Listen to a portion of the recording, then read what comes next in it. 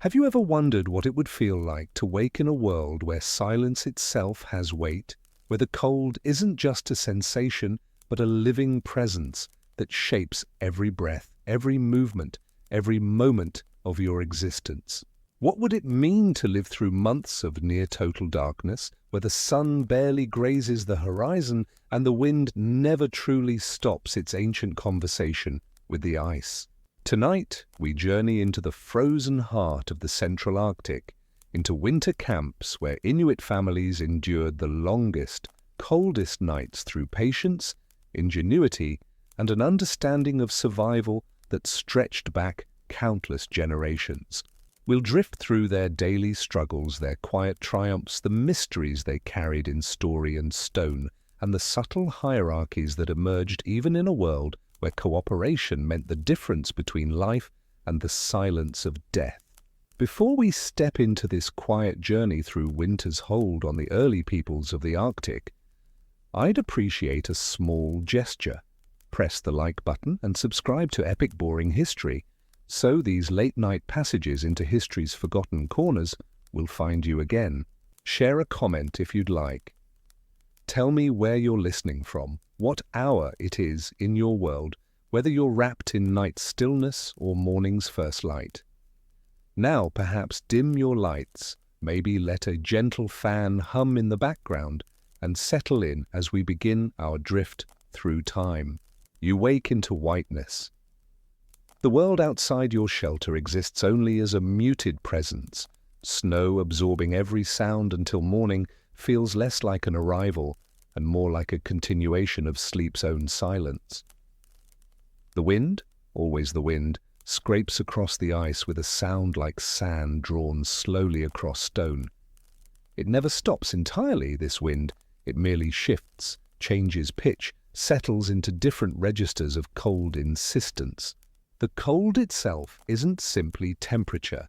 It's a pressure, a weight that settles deep into bone and muscle, a constant companion that you've learned to acknowledge without fighting, because fighting the cold uses energy you cannot spare.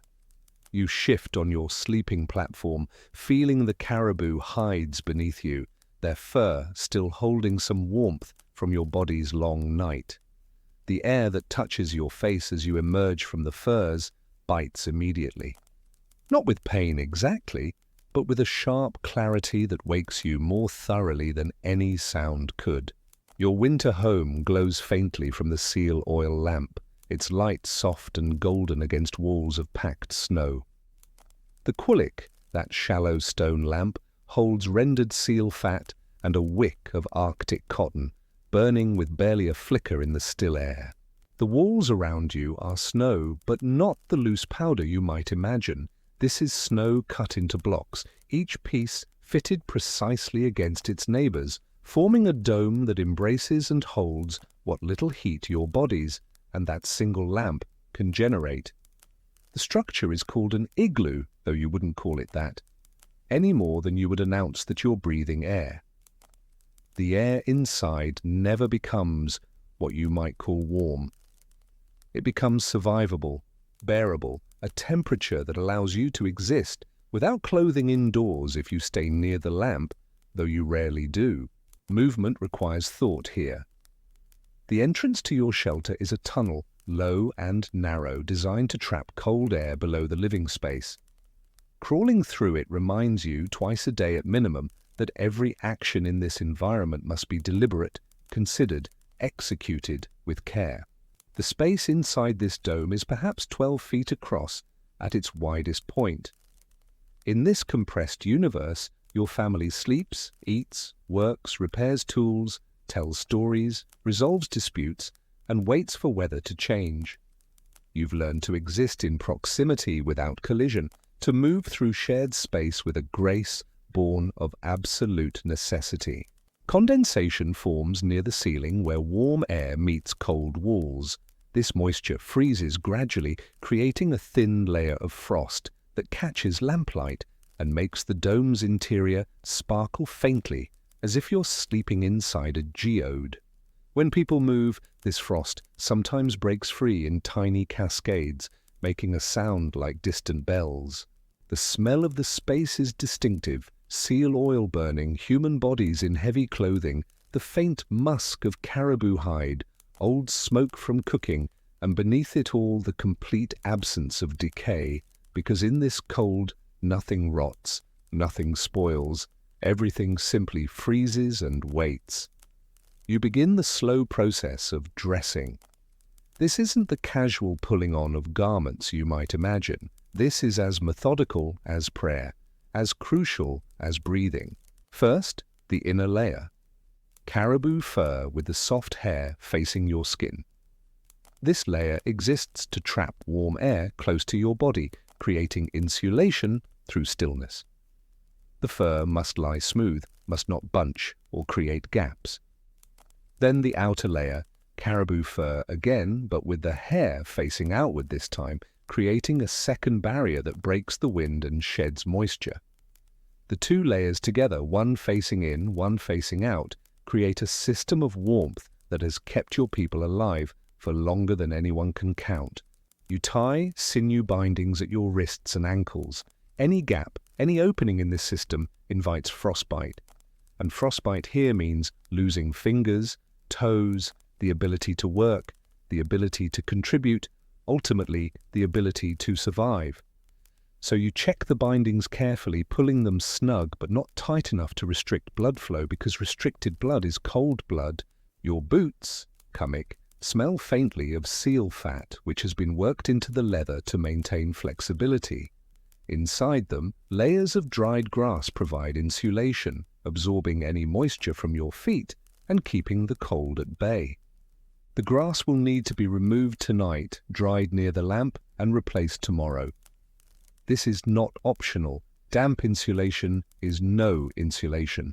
Over everything, a parka with a hood that can be drawn close around your face, leaving only your eyes exposed to the world. The hood is lined with wolverine fur around the opening, because wolverine fur, unlike other furs, doesn't hold your breath's moisture and freeze into useless ice. Dressed now, you've added perhaps 15 pounds to your body weight. Movement is slightly restricted, slightly awkward, but this bulk is your life, your barrier between the fragile warmth of living flesh and the absolute cold that would stop your heart in minutes. Breakfast is simple because everything here is simple. There is frozen meat from a previous hunt, sliced thin with an ulu, that curved knife your people have perfected over generations, its shape ideal for cutting, scraping, precision work. The meat is seal most likely, or caribou, if the last hunt was good. It's frozen solid, so you cut it carefully, watching your fingers, then let each slice sit briefly near the lamp till it loses its icy rigidity without actually warming. You chew slowly, thoroughly, because fat is fuel, and you need every calorie that this land grudgingly provides. Occasionally, there's seal broth heated in a soapstone pot suspended above the lamp. This is luxury.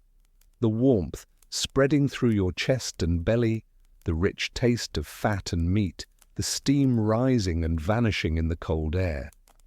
You cup the bowl between your hands, letting the heat seep into your palms before drinking. Nothing is wasted. This isn't philosophy or careful virtue, it's mathematics. The bones from this meal will become awls, needles, toggles, runners for sleds. The blood was mixed with meat and fat and frozen into portable nutrition. The hide became clothing, the sinews became thread, the fat became lamp fuel. Your people don't waste, because waste is death, and death is always close, always patient, always waiting for a moment of carelessness or bad fortune. Your hands are never idle. There's always work, scraping hides to soften them, mending tears in clothing with careful stitches, checking the lashings on tools, straightening arrow shafts, sharpening blades, repairing the lamp, adjusting the wick. Much of winter feels like waiting. Waiting for weather to clear enough for hunting. Waiting for enough light to navigate safely. Waiting for seals to surface. Waiting for the long darkness to end. But waiting doesn't mean stillness. It means filling time with the small, essential tasks that prevent larger emergencies. The world outside is dangerous in ways both obvious and subtle. The cold can kill you, the ice can open beneath you, a storm can disorient you 50 feet from your shelter, the darkness can swallow you.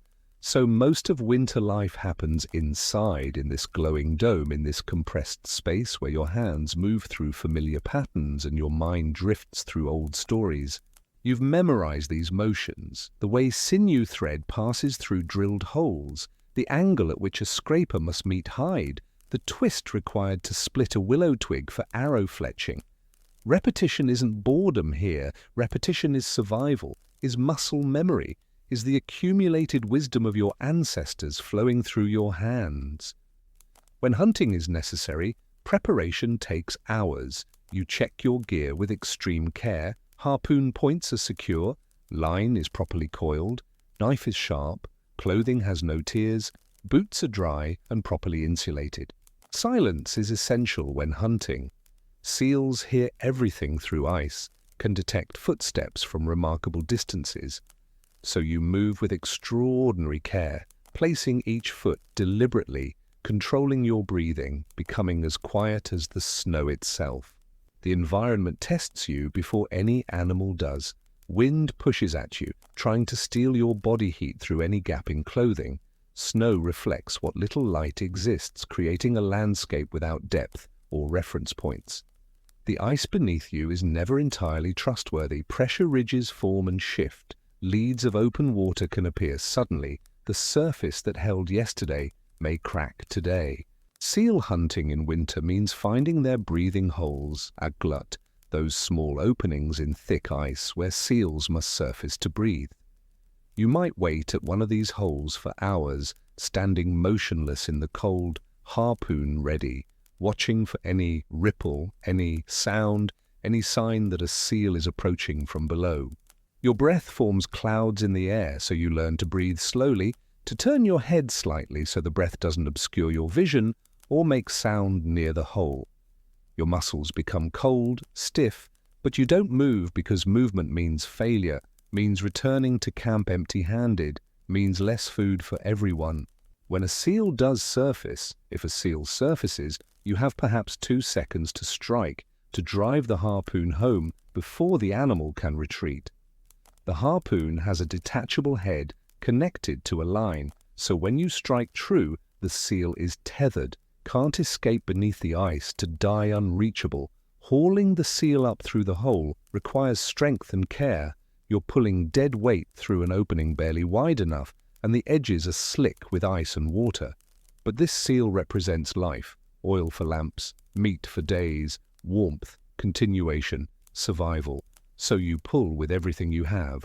A successful hunt brings relief that spreads through the camp like warmth. The seal is divided according to ancient custom. The hunter's family receives the largest share, but everyone receives something because a hunter today might be injured or unlucky tomorrow, and then he'll need others' generosity to survive. People rely on each other absolutely.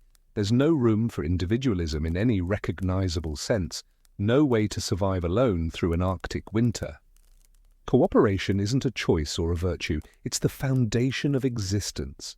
Pride is dangerous. A man who boasts about his hunting prowess tempts bad fortune, alienates others, weakens the social fabric that keeps everyone alive. Humility isn't false modesty, it's recognition of how thin the margin between success and failure really is. Laziness is shameful because it places extra burden on others, but more than shameful, it's dangerous. Everyone must contribute what they can. Children learn tasks early, elders share knowledge and perform detailed handwork. Men hunt, women process kills and maintain households, though these divisions are pragmatic rather than rigid. Conflict threatens survival directly. If 2 families fall into serious dispute, the camp might split, and a smaller camp is a more vulnerable camp.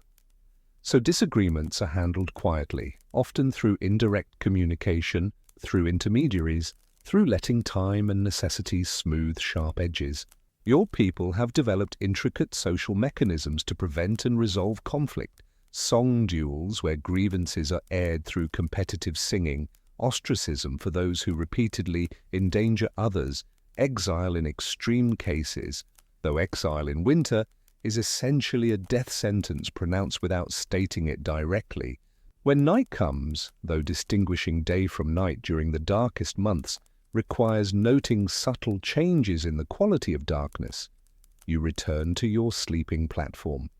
The caribou hides are arranged carefully, creating a nest of sorts, and your family sleeps close together, sharing warmth, because individual blankets would be less efficient. Sleep here is different from sleep in a warm climate. You're never quite comfortable, never fully relaxed, because the cold is always present, always pressing in. You wake multiple times to shift position, to ensure your face hasn't become exposed, to check that children are still covered, to tend the lamp if it's burning low. Dreams blend with the lamp's flickering shadows on the walls. The wind outside provides a constant low drone, a soundtrack to sleep that sometimes rises to a howl when storms intensify. The walls hum with this wind, vibrate slightly, reminding you that your shelter is strong but not impermeable, is protection but not isolation. Morning returns, though in deep winter morning is more concept than reality.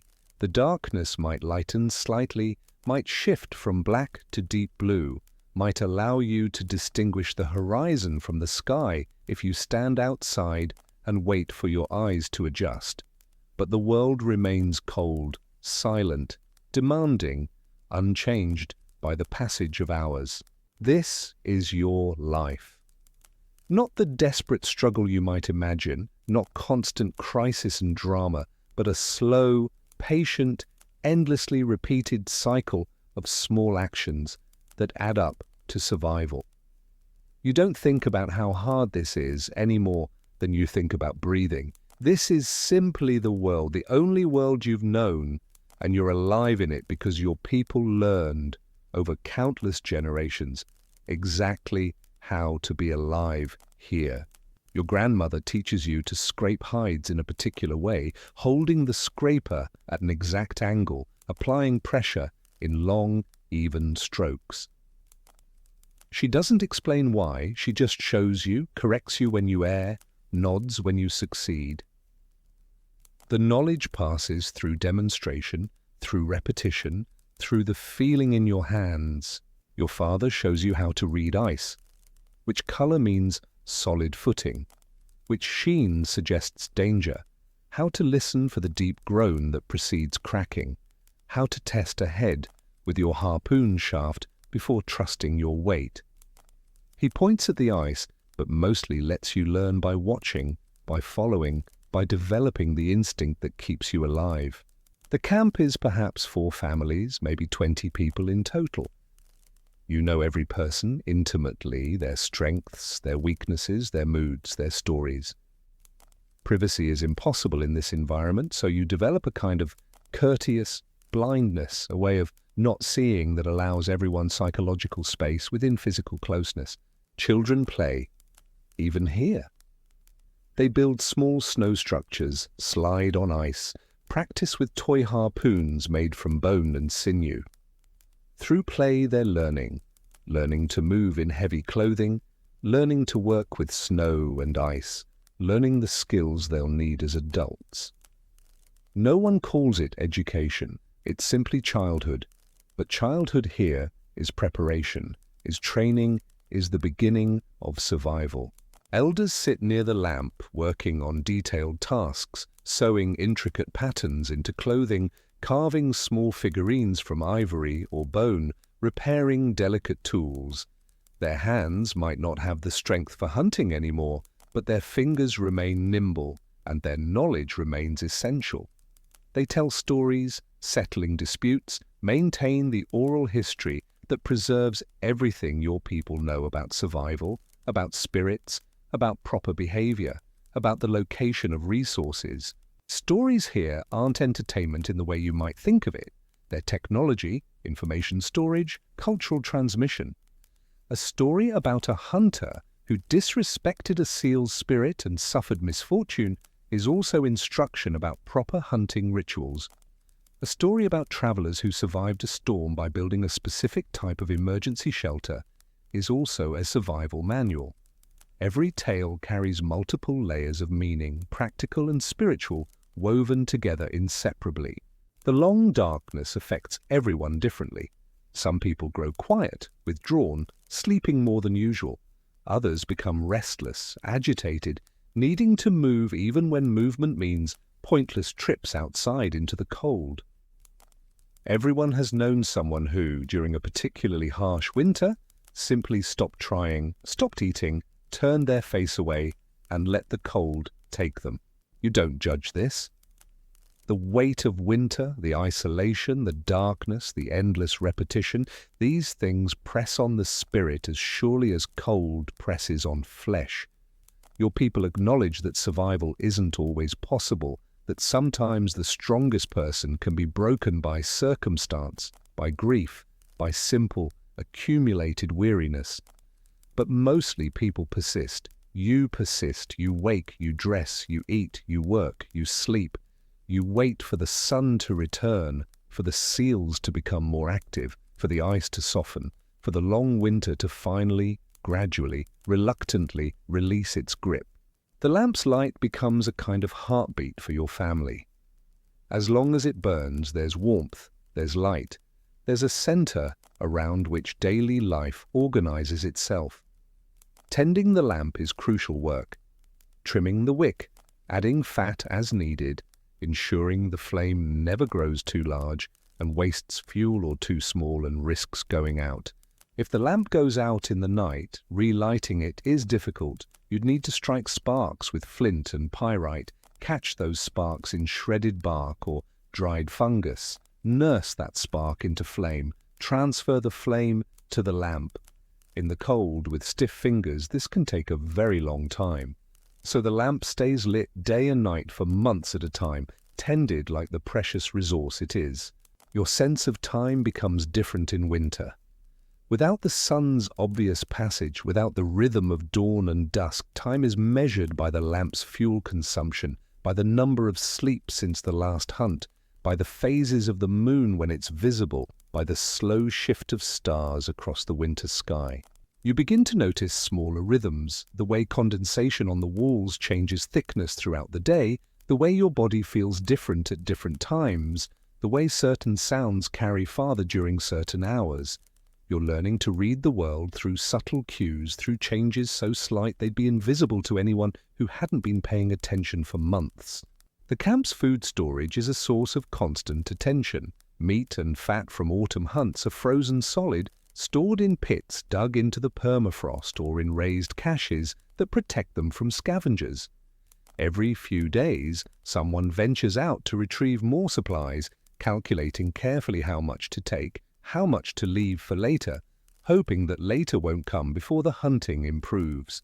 You've learned to calculate in your head, if the camp consumes this much seal meat per day, and we have this many seals cached, and hunting produces a new seal every this many days on average, then we'll last until approximately this point in winter.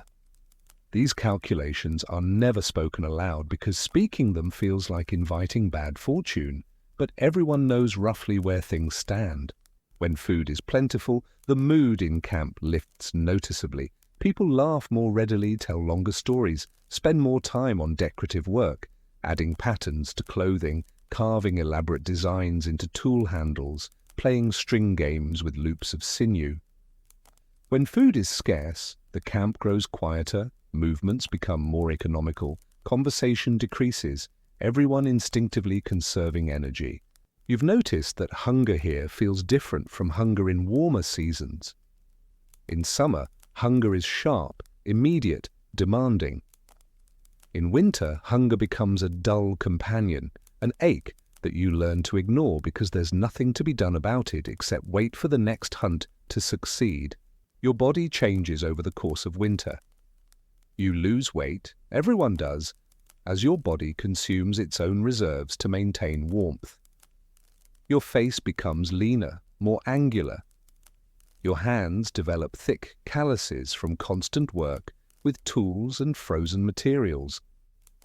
Your eyes grow more sensitive, to subtle gradations of darkness.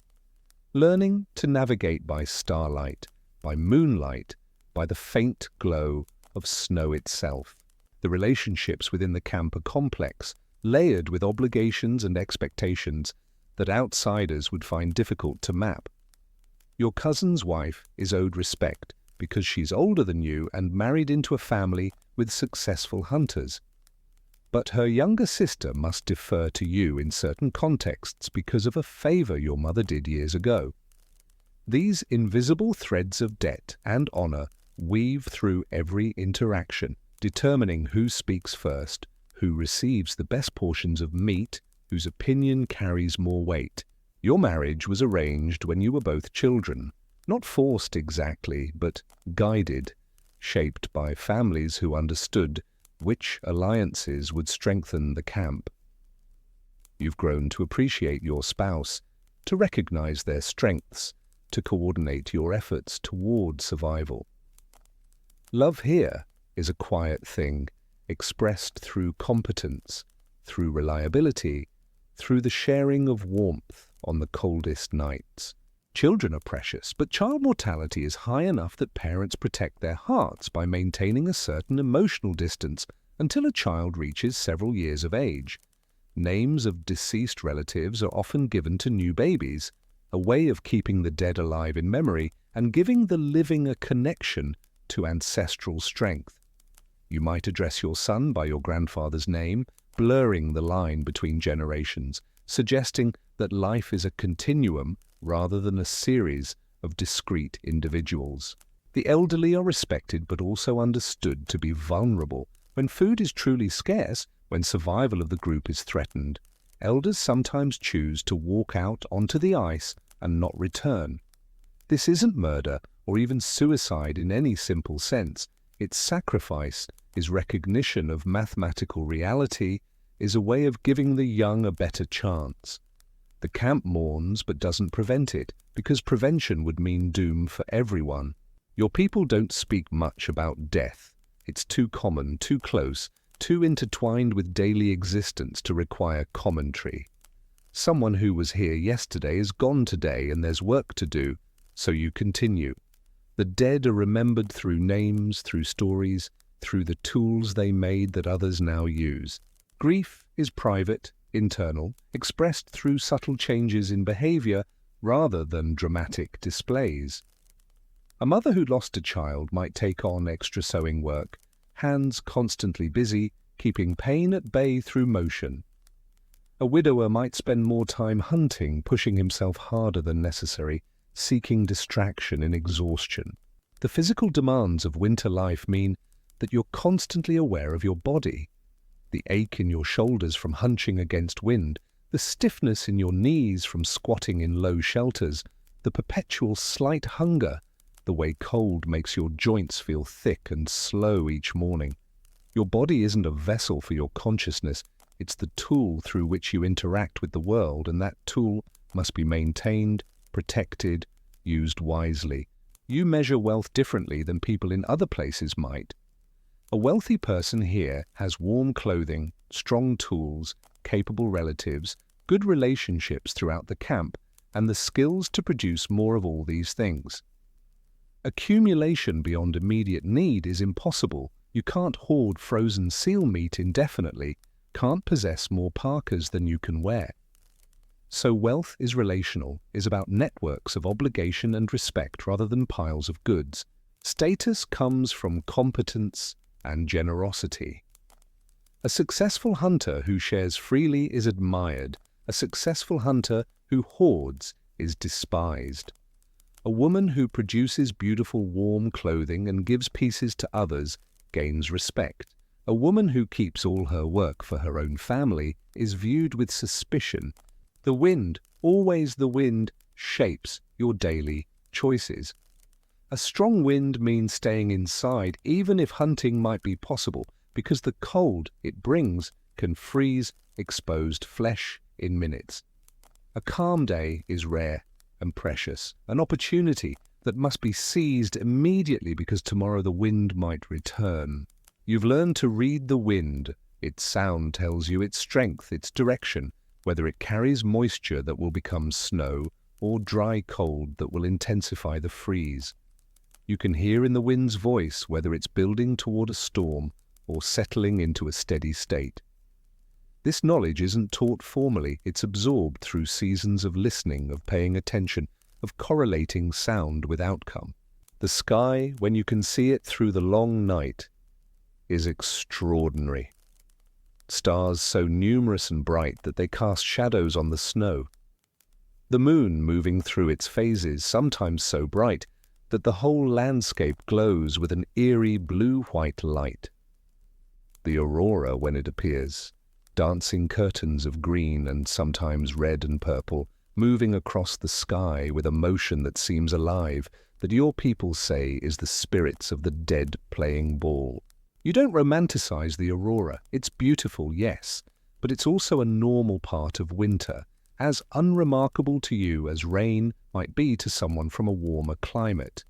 You note it, appreciate it in a calm way, but you don't stop work to stare.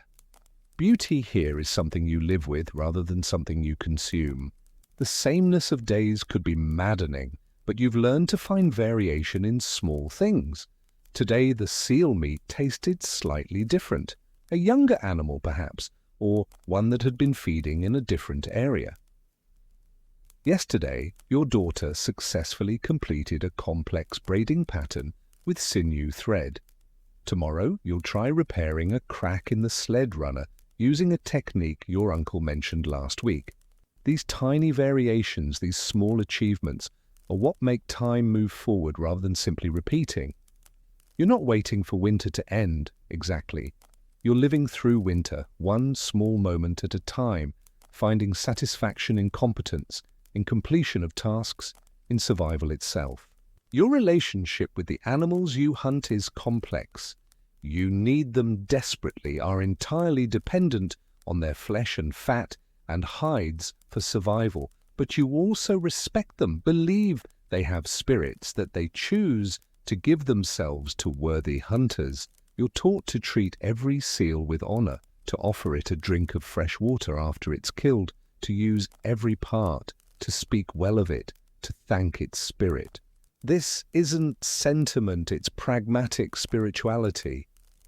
If hunters disrespect seals, the seals will tell their brothers, and no more seals will offer themselves. If you waste meat, if you're cruel, if you're arrogant, the animals will know and will vanish, and you'll starve. So respect is survival, is the maintenance of a relationship upon which everything depends. You're never entirely comfortable. There's always something, the cold pressing in, hunger gnawing at your belly, clothing that's slightly damp from condensation, a tool that needs repair, a worry about whether the food will last, concern about a family member who seems unwell. Comfort is a luxury that doesn't exist here, so you learn to function in discomfort, to accept it as the baseline of existence. But there are moments. A successful hunt that brings plenty of meat. Laughter around the lamp as someone tells a funny story. The taste of warm broth on a particularly cold evening. Your child successfully demonstrating a new skill. These moments aren't happiness exactly, they're respites, brief softenings in the hard texture of daily life, and they're enough. In a coastal camp much like the one we've been imagining perhaps a century and a half ago, perhaps 2 centuries, time grows uncertain when we speak of people who left no written records. A boy was born into the Miut, a group of Inuit who moved seasonally across what we now call the central Canadian Arctic.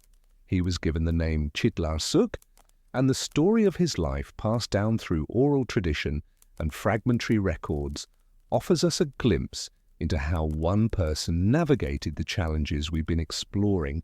Qitdlarssuaq entered the world during the brief summer, when the ice retreats and the land reveals itself in shades of brown and grey, and the unexpected green of low vegetation. His mother gave birth in a tent made of caribou hide, attended by older women who knew the methods for easing difficult births, for stopping bleeding, for ensuring that both mother and child survived those first dangerous hours. As a small child, Qitdlarssuaq learned by watching. His eyes followed his father's hands as they lashed harpoon heads to shafts, as they coiled rope in particular patterns that prevented tangling, as they moved through the motions of successful hunting. No one explained these things to him in words. They simply performed them, and he absorbed them, and gradually his small hands began to imitate what his eyes had seen. He watched his mother and aunts scraping hides, their movements so practiced they seemed almost meditative, the scraper moving across the skin in long, rhythmic strokes that gradually softened and thinned the material until it was supple enough for clothing. He saw them sewing with sinew thread, making stitches so small and tight that water couldn't penetrate, creating garments that meant the difference between life and death in winter. The elders in his camp told stories, and Qitdlarssuaq listened with the peculiar intensity of a child who understands that these stories contain essential information even if he doesn't yet grasp all their meanings. Stories about hunters who succeeded through patience and humility. Stories about hunters who failed through arrogance or carelessness. Stories about spirits who helped those who showed proper respect and punished those who didn't. When Qitdlarssuaq was perhaps 7 or 8 years old, though exact ages are uncertain, as counting years was less important than noting stages of development, he experienced his first truly difficult winter. The autumn hunt had been poor, seals had been scarce, and the cached food was insufficient for the families to survive separately through the dark months ahead. Several families merged their households, building their snow shelters close together, sharing resources, pooling their luck. The resulting camp was crowded, tension was inevitable, but survival demanded cooperation, so people managed their frustrations and focused on enduring until spring. Qitdlarssuaq watched as days passed with no successful hunts. He felt the tightening belts, the smaller portions of food, the way adults grew quieter and more focused, conserving energy, calculating silently how long the remaining food might last. He learned that winter's greatest challenge wasn't the cold, it was the uncertainty, the mathematical problem of finite resources stretched across an unknown span of time. One of the hunters in the merged camp was particularly skilled at finding seal breathing holes. Qitdlarssuaq followed this man when weather permitted, staying back at a respectful distance, watching how he read the ice, how he moved his head to catch sounds, how he stood motionless for hours, harpoon ready, attention absolute. The man never invited Qitdlarssuaq to accompany him, never acknowledged the boy's presence, but he didn't send him away either, which was invitation enough. When Qitdlarssuaq was old enough to hunt independently, perhaps 12 or 13, though again the precise age matters less than the recognized capability, he began to develop his own approach to the work. He was patient even by Inuit standards, willing to wait at a breathing hole longer than other hunters, willing to move more slowly, to take more care in his preparations. His first successful seal hunt was not dramatic. He waited, the seals surfaced, he struck, the harpoon held, he pulled the animal through the ice. He felt relief more than joy, felt the weight of responsibility more than the flush of triumph. He'd proven he could contribute, could fulfill his role, could justify the food he consumed. As he matured, Qitdlarssuaq began to notice patterns that others seemed to miss. Subtle correlations between weather conditions and seal behavior, optimal times for hunting based on tide and moon phase, signs in the ice that indicated old breathing holes versus actively used ones. He didn't announce these observations, he simply used them, and his hunting success rate improved steadily. Other hunters began to notice. An older man might casually ask where Qitdlarssuaq planned to hunt today, then coincidentally choose a nearby location. Young hunters sought to accompany him, to learn through proximity what he seemed to know. He accepted this attention without pride, understanding that his knowledge had value to the community and that sharing it strengthened everyone. During one particularly severe winter when Qitdlarssuaq was perhaps in his mid-20s, a man in full strength and capability, another crisis arrived. The weather turned savage even by Arctic standards, with winds that made hunting impossible for weeks at a stretch, with temperatures that forced even the seals to stay deep beneath the ice where they were unreachable. The camp's food supplies dwindled rapidly. Decisions had to be made about rationing, about who would receive how much, about whether the camp should split with some families attempting to travel to other hunting grounds, or whether staying together offered better odds. These discussions happened quietly, indirectly, through carefully worded suggestions rather than demands. Qitdlarssuaq spoke little during these discussions, but when he did speak, others listened.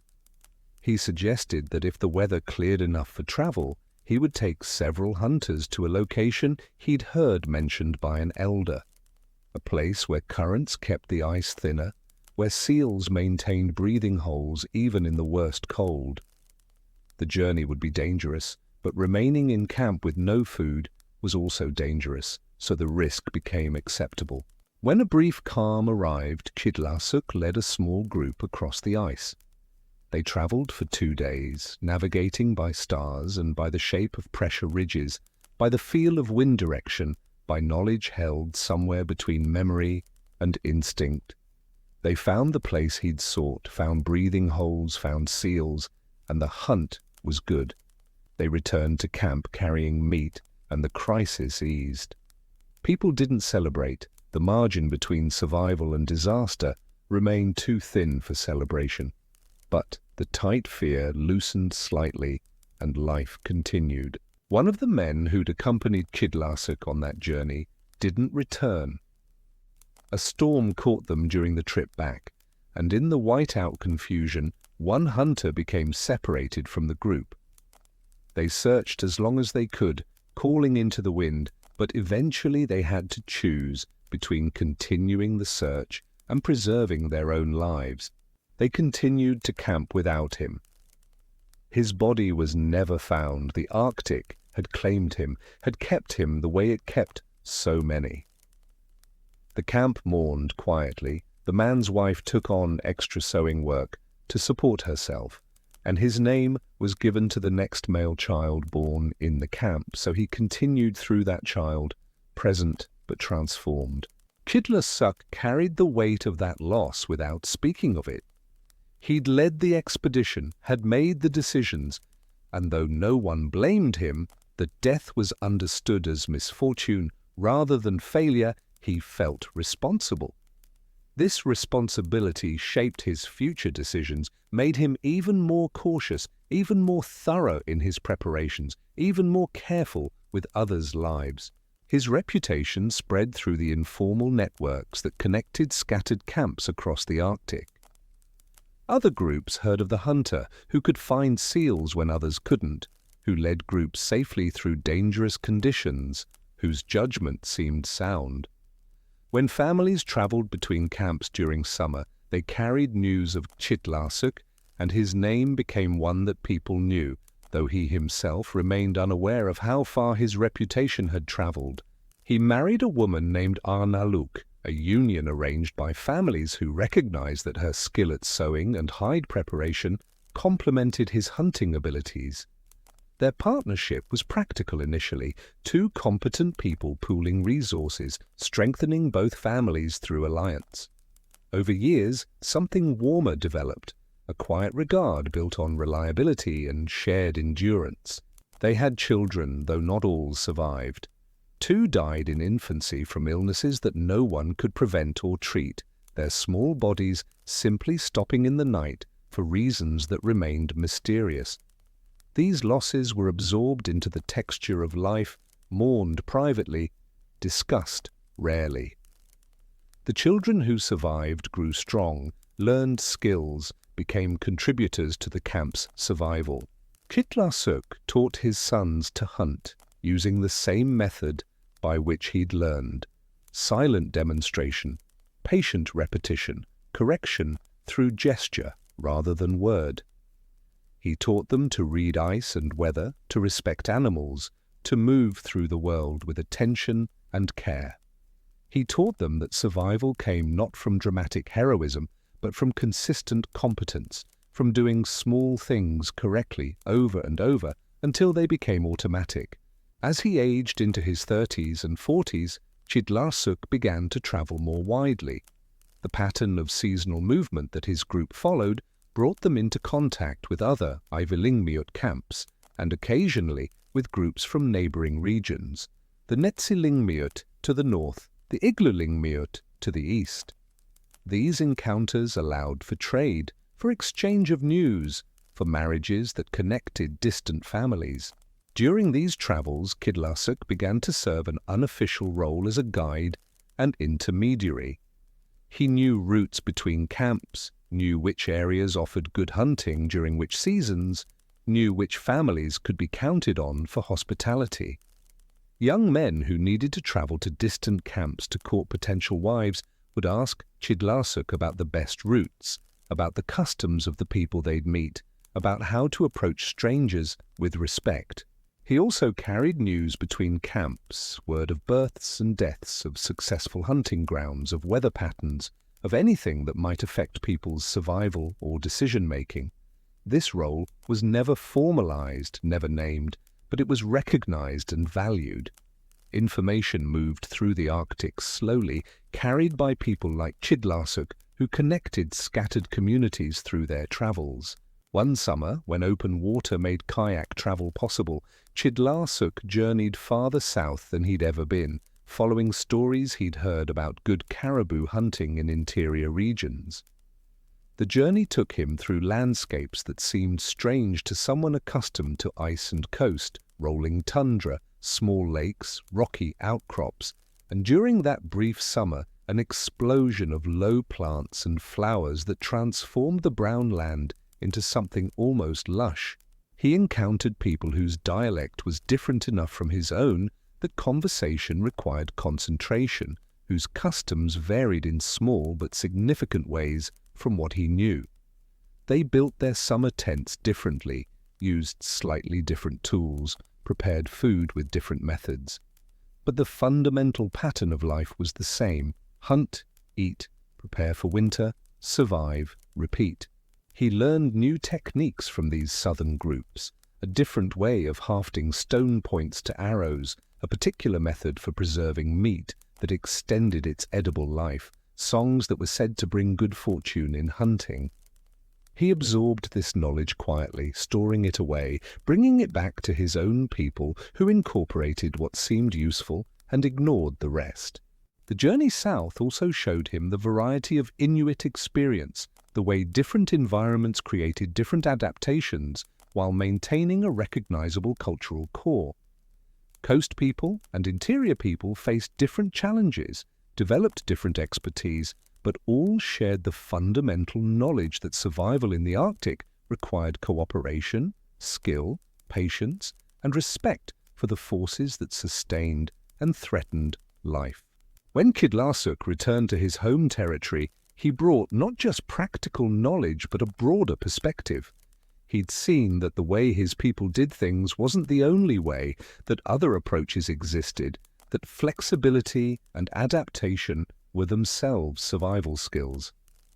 This made him more open to innovation, more willing to experiment with new techniques while respecting traditional wisdom.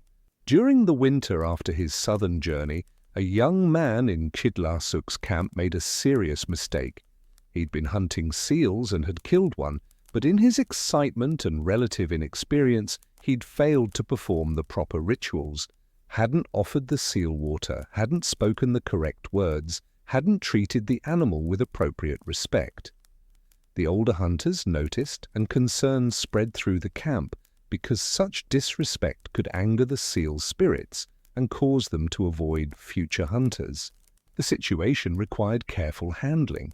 Publicly shaming the young man would be counterproductive. It would humiliate him without teaching him, might make him defensive rather than reflective. But the error couldn't be ignored because it threatened everyone's survival, through its potential spiritual consequences. Qitdlarssuaq took the young man aside privately, speaking to him in low tones about the importance of rituals, about respect for animals, about how seals chose to give themselves to worthy hunters and would refuse those who treated them poorly. He spoke not with anger, but with concern, framing the discussion as guidance rather than criticism, helping the young man understand without crushing his confidence. The camp also held a small ceremony, making collective offerings to the sea spirits, asking forgiveness for the disrespect shown by one of their members, promising better behavior in the future. These gestures weren't superstition, they were the maintenance of a worldview that sustained psychological and social order, that provided explanation for hunting failure and success, that bound people together through shared belief and practice. As Qitdlarssuaq moved into his 50s, his role in the camp shifted gradually. He still hunted, still contributed meat, but he also became more of an advisor, someone younger hunters consulted before making decisions. His experience had accumulated into something approaching wisdom, not abstract philosophical wisdom, but practical knowledge about how to survive, how to read situations, how to navigate social complexities. He'd learned when to speak and when to remain silent, when to lead and when to follow, when to take risks and when to choose caution. He'd learned that most problems in the Arctic had no perfect solutions, only trade-offs between different types of risk, and that good judgment meant choosing the least dangerous option while accepting that danger couldn't be eliminated entirely. During one winter, a dispute arose between two families over the division of a large seal. The specifics of the dispute were complex, involving old debts, perceived slights, different interpretations of proper sharing customs. The argument threatened to split the camp, with other families being drawn into taking sides, with the social cohesion necessary for survival beginning to fracture. Qitdlarssuaq was asked to mediate, not because he had any formal authority, but because he was respected by both families and was known for fair judgment. He listened to both sides carefully, asked questions, thought for several days about the situation. Then he proposed a solution that gave each family something they wanted while requiring each to make concessions, a compromise that neither party loved but both could accept. The camp stayed together. The dispute faded into memory, became one of those events people would reference years later when discussing Qitdlarssuaq. Remember when he settled that seal dispute? That was wise thinking. His reputation solidified not as a great hunter, though he was certainly capable, but as someone who helped the community function, who solved problems, who made survival more likely through good judgment. In his late 50s, Qitdlarssuaq undertook one more long journey. A message had arrived from a distant camp asking for help. They'd experienced several years of poor hunting, their population was declining from starvation and disease. They needed someone with knowledge of other hunting grounds to guide them to better territory or to teach them techniques that might improve their success. The journey would be difficult, and at his age, Qitdlarssuaq was no longer as resilient as he'd once been. But the request was serious, the need was genuine, and he felt obligated by the networks of mutual aid that connected all Inuit people. If his group had been struggling, he would have hoped for similar help from others. He traveled with several younger hunters, teaching them routes as they went, sharing the knowledge that resided mostly in his head, where to find fresh water in winter, which ice formations indicated safe crossing points, how to navigate by reading the wind's effect on snow patterns. This knowledge transfer was part of the journey's purpose. Qitdlarssuaq understood that he was aging, that his knowledge needed to live beyond him, carried in the minds and practices of the next generation. They reached the struggling camp and found conditions as bad as reported: lean people, little stored food, a mood of quiet desperation. Qitdlarssuaq spent weeks with them, hunting alongside their hunters, observing their techniques, identifying where their approaches were failing. The problems were multiple and interconnected. They were hunting at suboptimal times, weren't reading ice conditions correctly, had been having bad luck, but had also made choices that reduced their chances of success. He shared what he knew, demonstrating techniques, explaining his reasoning, remaining respectful of their existing knowledge while offering alternatives. Some techniques they adopted immediately, others they were skeptical about but willing to try. A few they rejected as incompatible with their own traditions, and Qitdlarssuaq accepted this without argument because he understood that different approaches could all be valid. Before he left, several successful hunts had occurred. The camp's mood had improved from desperation to cautious hope, and he'd established relationships that would allow for future exchanges of knowledge and support. The camp's survival still wasn't guaranteed, survival never was, but their chances had improved, and that was all anyone could ask for. The return journey was harder than the outward one. Qitdlarssuaq felt his age in his joints, in his reduced stamina, in the way cold penetrated deeper and lingered longer. He didn't complain, complaining served no purpose, but he recognized that his traveling days were approaching their end, that future winters would likely be spent close to home. Back in his own camp, Qitdlarssuaq settled into what would be his final years, though of course he didn't know they were final at the time. He continued to hunt when weather and his body allowed, continued to advise younger people, continued to maintain the relationships and knowledge networks that had defined his adult life. He worked on training his sons and nephews, passing along everything he knew, ensuring that his accumulated experience wouldn't die with him. His grandchildren were growing, and he showed them the same patient attention he'd once received from elders, teaching them through demonstration, through gentle correction, through the silent transmission of knowledge that had sustained his people for generations beyond counting. He carved small toys for them, miniature kayaks, toy harpoons, figurines, that were both playthings and teaching tools, training their hands for the work they'd eventually do. In his final winter, though again he had no way of knowing it was final, Qitdlarssuaq grew increasingly weak. He'd been fighting a persistent cough for weeks, and while such illnesses sometimes passed, this one didn't. His breathing became labored, his strength faded, and he spent more time resting on the sleeping platform, conserving what energy remained. He didn't fear death particularly. It was a presence he'd lived alongside his entire life, had seen claim friends and family, had narrowly avoided multiple times himself. Death was part of the world's pattern, neither good nor bad, simply inevitable. His main concern was for his family, whether they'd be adequately provided for, whether his sons were ready to fill the role he'd played, whether his knowledge had been sufficiently transferred. When the end came, it came quietly. He simply stopped breathing one night, slipping from sleep into death without drama or fanfare.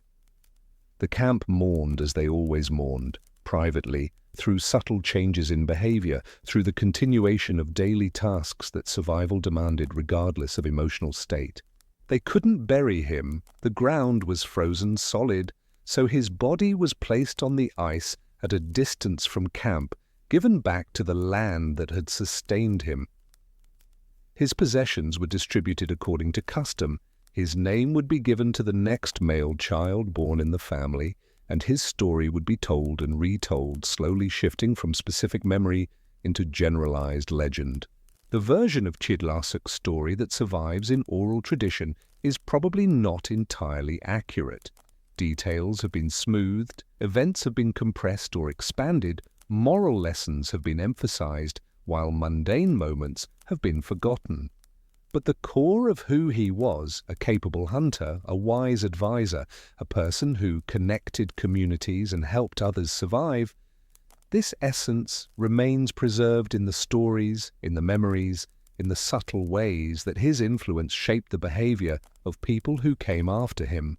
He was not unique. Many other people across the Arctic lived similar lives, faced similar challenges, made similar contributions to their community's survival.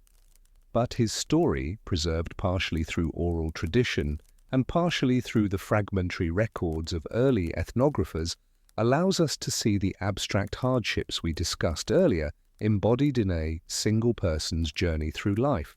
Qitdlarssuaq's story reminds us that survival in the Arctic wasn't a matter of isolated heroism or dramatic moments, but of patient competence applied consistently over a lifetime, of knowledge carefully gathered and generously shared, of communities maintained through mutual aid and wise judgment, of adaptation and learning, and the quiet transmission of skills from one generation to the next. The Arctic is an archive that preserves and erases simultaneously, holding within its frozen embrace a paradox that has confounded understanding for as long as humans have sought to know what came before. Frozen ground holds objects for millennia, keeping them almost unchanged in a suspension that defies the ordinary decay of time. But the same cold that preserves also makes discovery difficult, and the ice that protects also scours and destroys with patient, inexorable force. In this vast white space, mysteries accumulate like snowdrift against stone, questions about the past that have no certain answers, traces of lives lived and then vanished into the horizontal light of endless summer days and the deep darkness of winter months. These are whispers of people and events that left only the faintest marks, impressions pressed into permafrost, and then softened by centuries of freeze and thaw, stories that survive only in fragments scattered across a landscape that seems designed to resist memory. Before the Inuit, whose winter camps we've been exploring, whose lives we've traced through the careful arrangement of stones and the worn edges of tools, other people inhabited these lands with equal claim to belonging. The archaeological and oral tradition evidence suggests the presence of a group called the Inuit by later Inuit, people who were similar in some ways to those who remembered them, sharing the same harsh environment and the same fundamental challenges of survival, but different in others, people who seem to have vanished or been absorbed before recorded history began, leaving behind only stories and stones.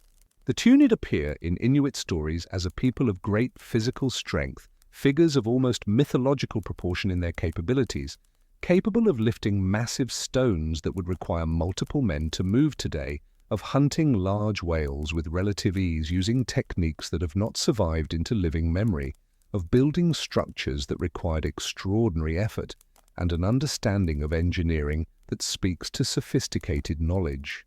They're described as shy, peaceful, easily frightened, not warriors or aggressive competitors eager to defend territory or expand their influence, but rather a people who preferred to avoid conflict at almost any cost, who would abandon camps that took months to prepare rather than fight for them, who eventually disappeared when confronted with the more recent Inuit migration into their territories, fading into the whiteness like fog dissolving at dawn.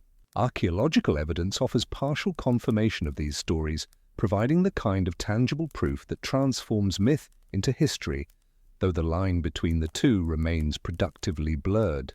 Across the Arctic, from the eastern Canadian islands to the western reaches of Greenland, researchers have found traces of a culture called the Dorset, who inhabited the region from roughly 500 BCE to 1000 CE, spanning 15 centuries of adaptation and survival, overlapping briefly with the arrival of the Thule, the ancestors of modern Inuit, who brought with them new technologies and different ways of understanding the relationship between humans and the frozen world.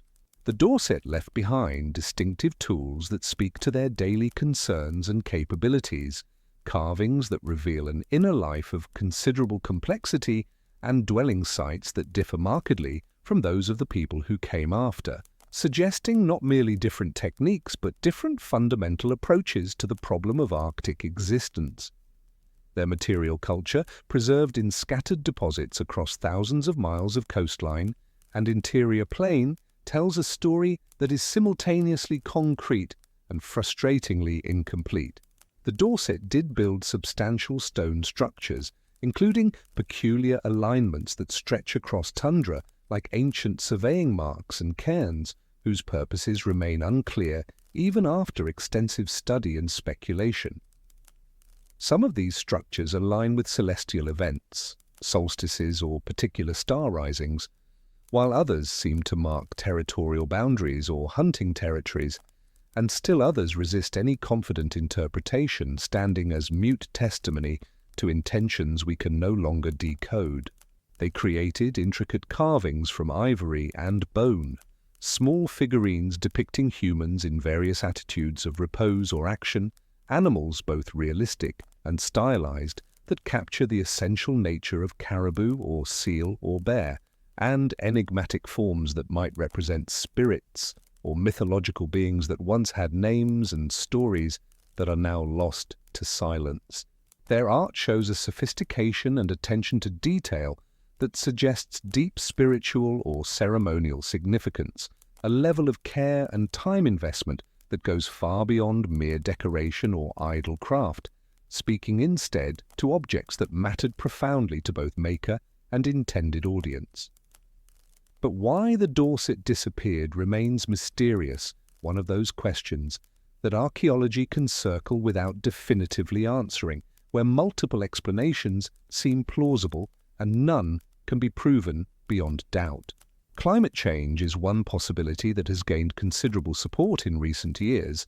The medieval warm period that brought slightly higher temperatures to the Arctic, a shift of perhaps only a few degrees on average but enormous in its ecological consequences, might have altered ice conditions in ways that disrupted their hunting patterns, made their traditional techniques less effective, transformed the predictable rhythms of animal migration into something more chaotic and harder to anticipate. Competition with the Thule is another possibility that has been extensively debated, not necessarily violent conflict of the sort that characterizes southern histories, but simply the arrival of people with more advanced technology, particularly in the form of better cold-weather hunting tools and larger boats capable of hunting bowhead whales, creatures whose massive bodies could provide enough food and raw materials to sustain larger communities through longer winters. The Thule's technical advantages might have been decisive without a single act of warfare, simply by allowing them to hunt more successfully in the same territories, gradually displacing the Dorset through economic pressure rather than military conquest. Disease is a third possibility that epidemiological modeling has shown to be devastatingly plausible in small, isolated populations. Small populations living in relative isolation for centuries develop immunity to a limited range of pathogens, and if the Thule brought new diseases to which the Dorset had no immunity, even common illnesses that the Thule themselves found merely inconvenient, a population collapse could have occurred relatively quickly within the span of a few generations, leaving behind abandoned camps and unanswered questions. Or perhaps the Dorset weren't truly replaced, but rather absorbed in a more gradual process of cultural transformation, intermarrying with Thule newcomers who saw advantage in local knowledge and kinship ties, their distinct culture gradually blending into something new over generations of increasing contact, their genes and some of their knowledge persisting even as their separate identity dissolved like spring ice returning to the sea. This absorption hypothesis is supported by genetic evidence suggesting continuity alongside change, a more complex story than simple replacement. The archaeological record can't tell us which explanation is correct, or whether all of them contributed to some degree in a multi-causal process that unfolded differently in different regions and at different paces. What we're left with is the faint trace of a people who lived successfully in the Arctic for 1,500 years, who developed sophisticated technologies for survival in one of Earth's most demanding environments, and then vanished from the historical record, surviving primarily as characters in stories told by those who came after, remembered as the strong, gentle people who couldn't or wouldn't compete when competition came to their shores.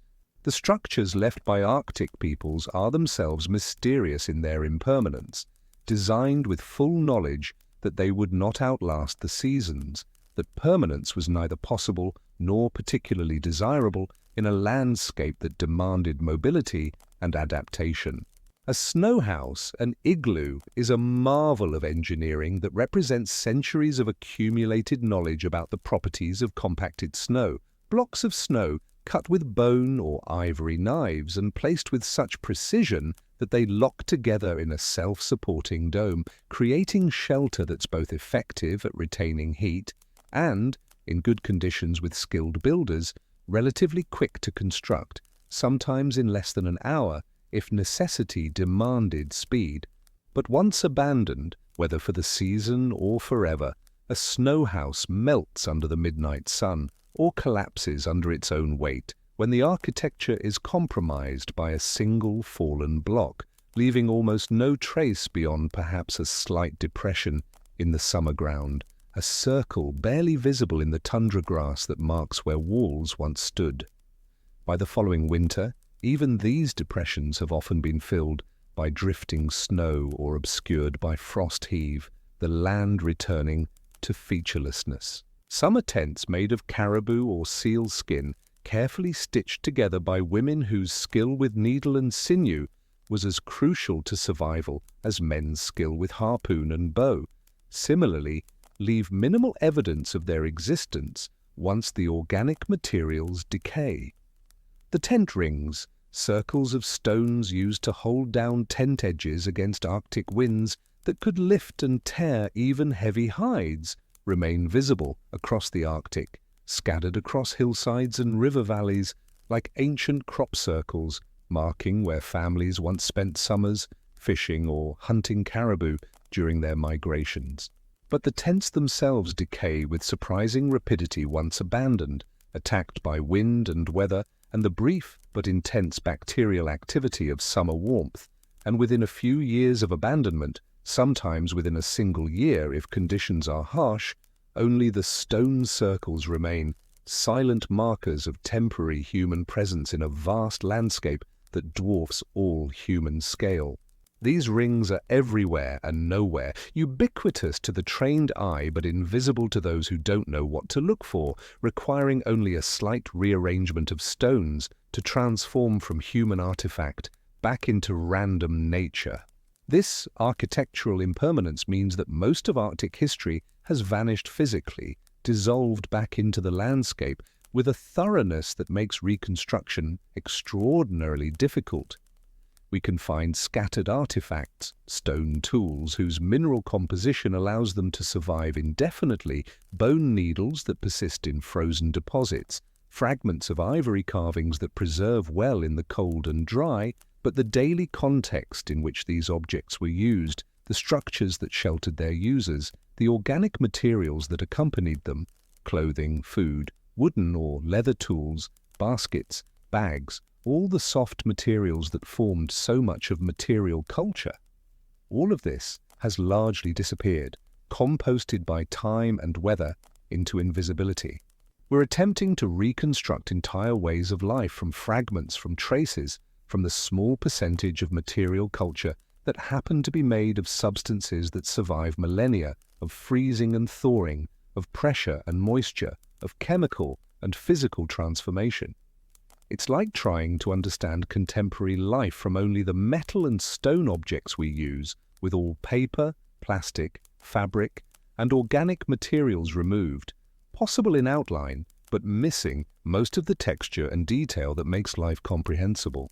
Ivory carvings represent one of the richest sources of information about Arctic peoples' inner lives, their beliefs, their concerns, their artistic sensibilities, the things they thought worth the considerable time and effort required to shape hard ivory with stone tools. Small figurines have been found cached in stone cairns placed at locations that seem to have held spiritual significance, placed at ceremonial sites that show evidence of repeated use over long periods, sometimes buried with the dead, in graves that speak to beliefs about what would be needed or valued in whatever existence came after death. These carvings depict humans in various poses, standing, sitting, kneeling, in attitudes that might represent prayer or work or dance.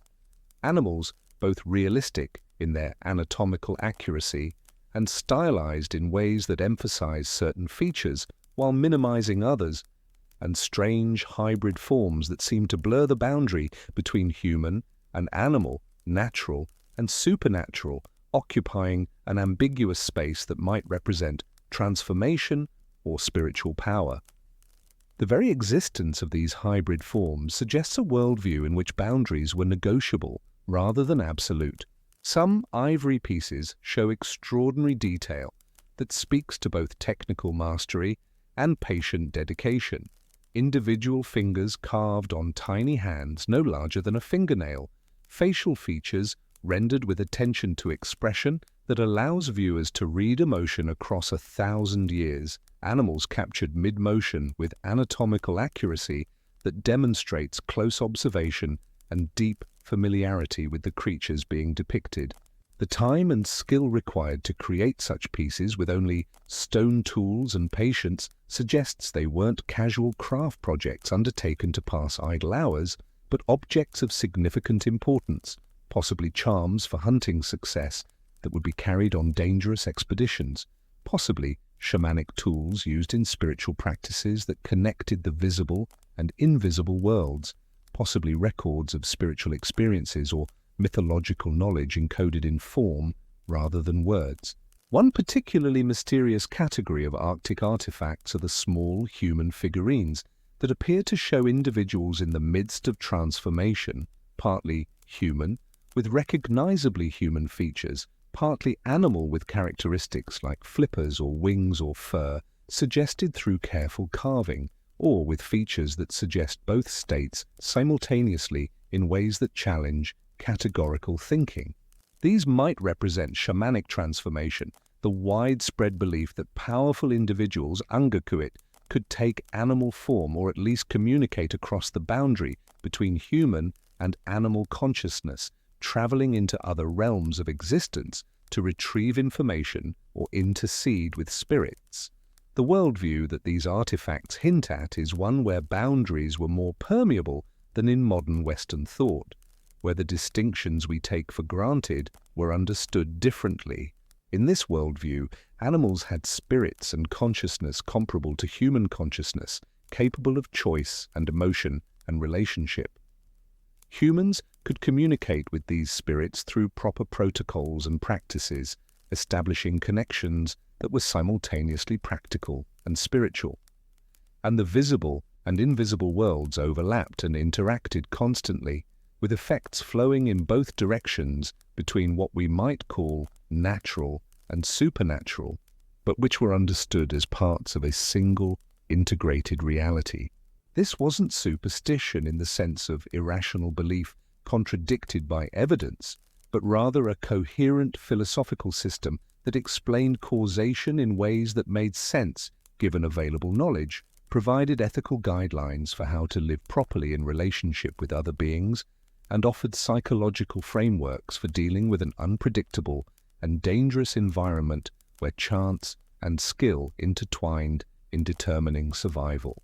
The system worked not in the sense of being scientifically accurate by modern standards, but in the sense of providing meaning, enabling coordination, encouraging behaviors that promoted survival. The long Arctic night itself became a canvas for cosmological beliefs that connected Earth and sky in meaningful patterns.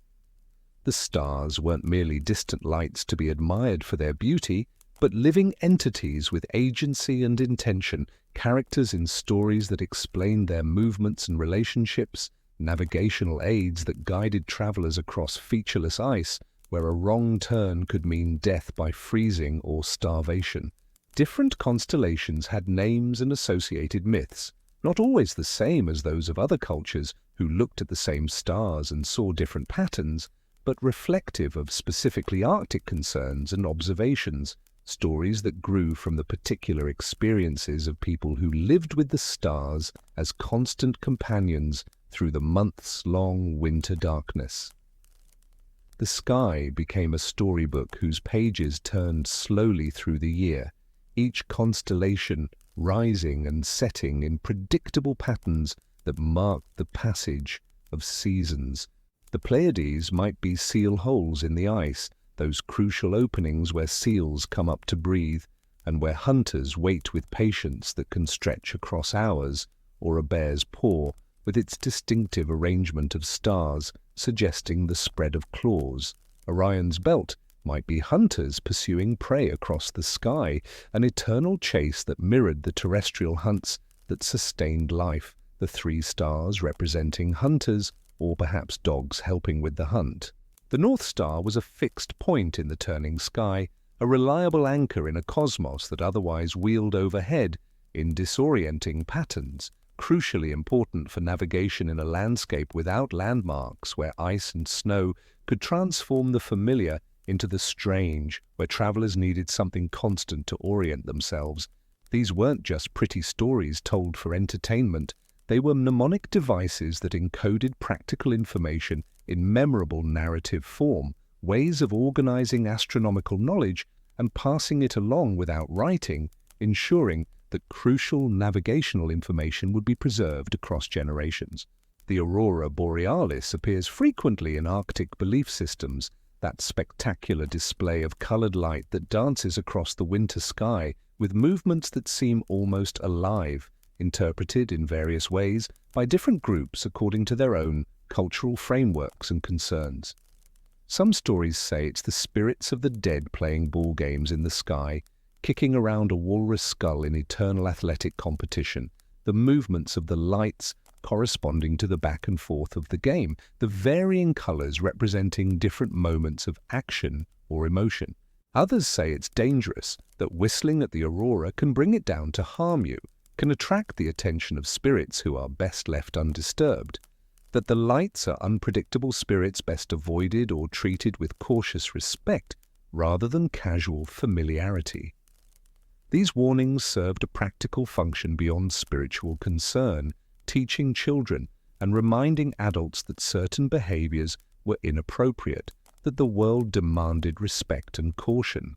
Modern science explains the aurora as solar particles interacting with Earth's magnetic field and atmosphere, a purely physical phenomenon involving electromagnetic forces and atmospheric chemistry that can be predicted and mapped. But the Inuit interpretation wasn't wrong in a functional sense. It provided meaning in a universe that could otherwise seem arbitrary and chaotic, encouraged specific behaviors like not whistling, which in practical terms meant maintaining the silence crucial for hunting, and connected the observable world to a larger cosmological framework that helped people understand their place in existence, gave them a sense of being part of a story larger than their individual lives. The concept of Qitdlarssuaq, often translated roughly as that which has long been known, though the full meaning is richer and more complex than any brief translation can capture, encompasses the accumulated knowledge system of Inuit peoples developed over millennia of continuous occupation and adaptation. This includes practical survival skills, certainly, the kind of technical knowledge about ice conditions and animal behavior, and weather prediction that allowed people to survive in conditions that would quickly kill the unprepared, but also ethical principles about how people should treat each other and the world around them, social guidelines for maintaining harmony in small groups where conflict could be fatal, spiritual beliefs about the nature of reality and human purpose, and ways of thinking about and relating to the world that constituted a complete philosophical system. Qitdlarssuaq wasn't written down until very recently in historical terms, wasn't codified in texts that could be studied and debated in abstraction from practice. Instead, it was transmitted orally through stories told around lamps in winter darkness, embedded in the structure and details of narratives that seemed like entertainment but carried crucial information, demonstrated through practice as adults showed children how to do things correctly, absorbed through observation and participation as young people gradually took on more responsibilities, and learned through doing under watchful supervision that would intervene before mistakes became dangerous. The genius of this oral transmission system was its flexibility and redundancy, its ability to preserve information while adapting to changing conditions. Important knowledge was encoded in multiple forms as practical demonstration that showed the correct way to perform tasks, as story that explained why things should be done in particular ways, as song whose rhythms aided memory and whose performance created social bonds, as ritual practice that reinforced beliefs through repeated action. If one elder died before passing along specific information, creating a potential gap in the transmission chain, other people knew it in different forms, could reconstruct the missing piece from their own knowledge and experience. If environmental conditions changed in ways that made old knowledge less useful, making traditional practices less effective or even dangerous, new knowledge could be incorporated without disrupting the overall system, without requiring the wholesale rejection of everything that came before. But oral transmission also means that knowledge can be lost more easily than written knowledge, can disappear within a single generation if conditions disrupt the normal transmission patterns. If a particular skill becomes unnecessary due to technological change, if, for instance, people gain access to metal tools through trade and no longer need to know how to knap stone from raw material, a skill that requires years to master and constant practice to maintain, the detailed knowledge of stone tool making might fade within a few generations as children choose to learn other, more immediately useful skills instead. If a particular story is told less frequently because it's not considered as important or entertaining as others, because it doesn't seem relevant to current concerns, or because better stories exist for teaching the same lessons, it might be forgotten entirely, surviving only in fragments incorporated into other narratives or lost completely. The oral tradition was dynamic, constantly evolving, and this dynamism meant that loss was built into the system as much as preservation. The archaeological record shows us that Arctic peoples' toolkits and techniques did change substantially over time, responding to new materials and new challenges and new ideas. The Dorset used different harpoon designs than the Thule, emphasizing different features that suggest different hunting techniques or different target species or simply different aesthetic and technical traditions.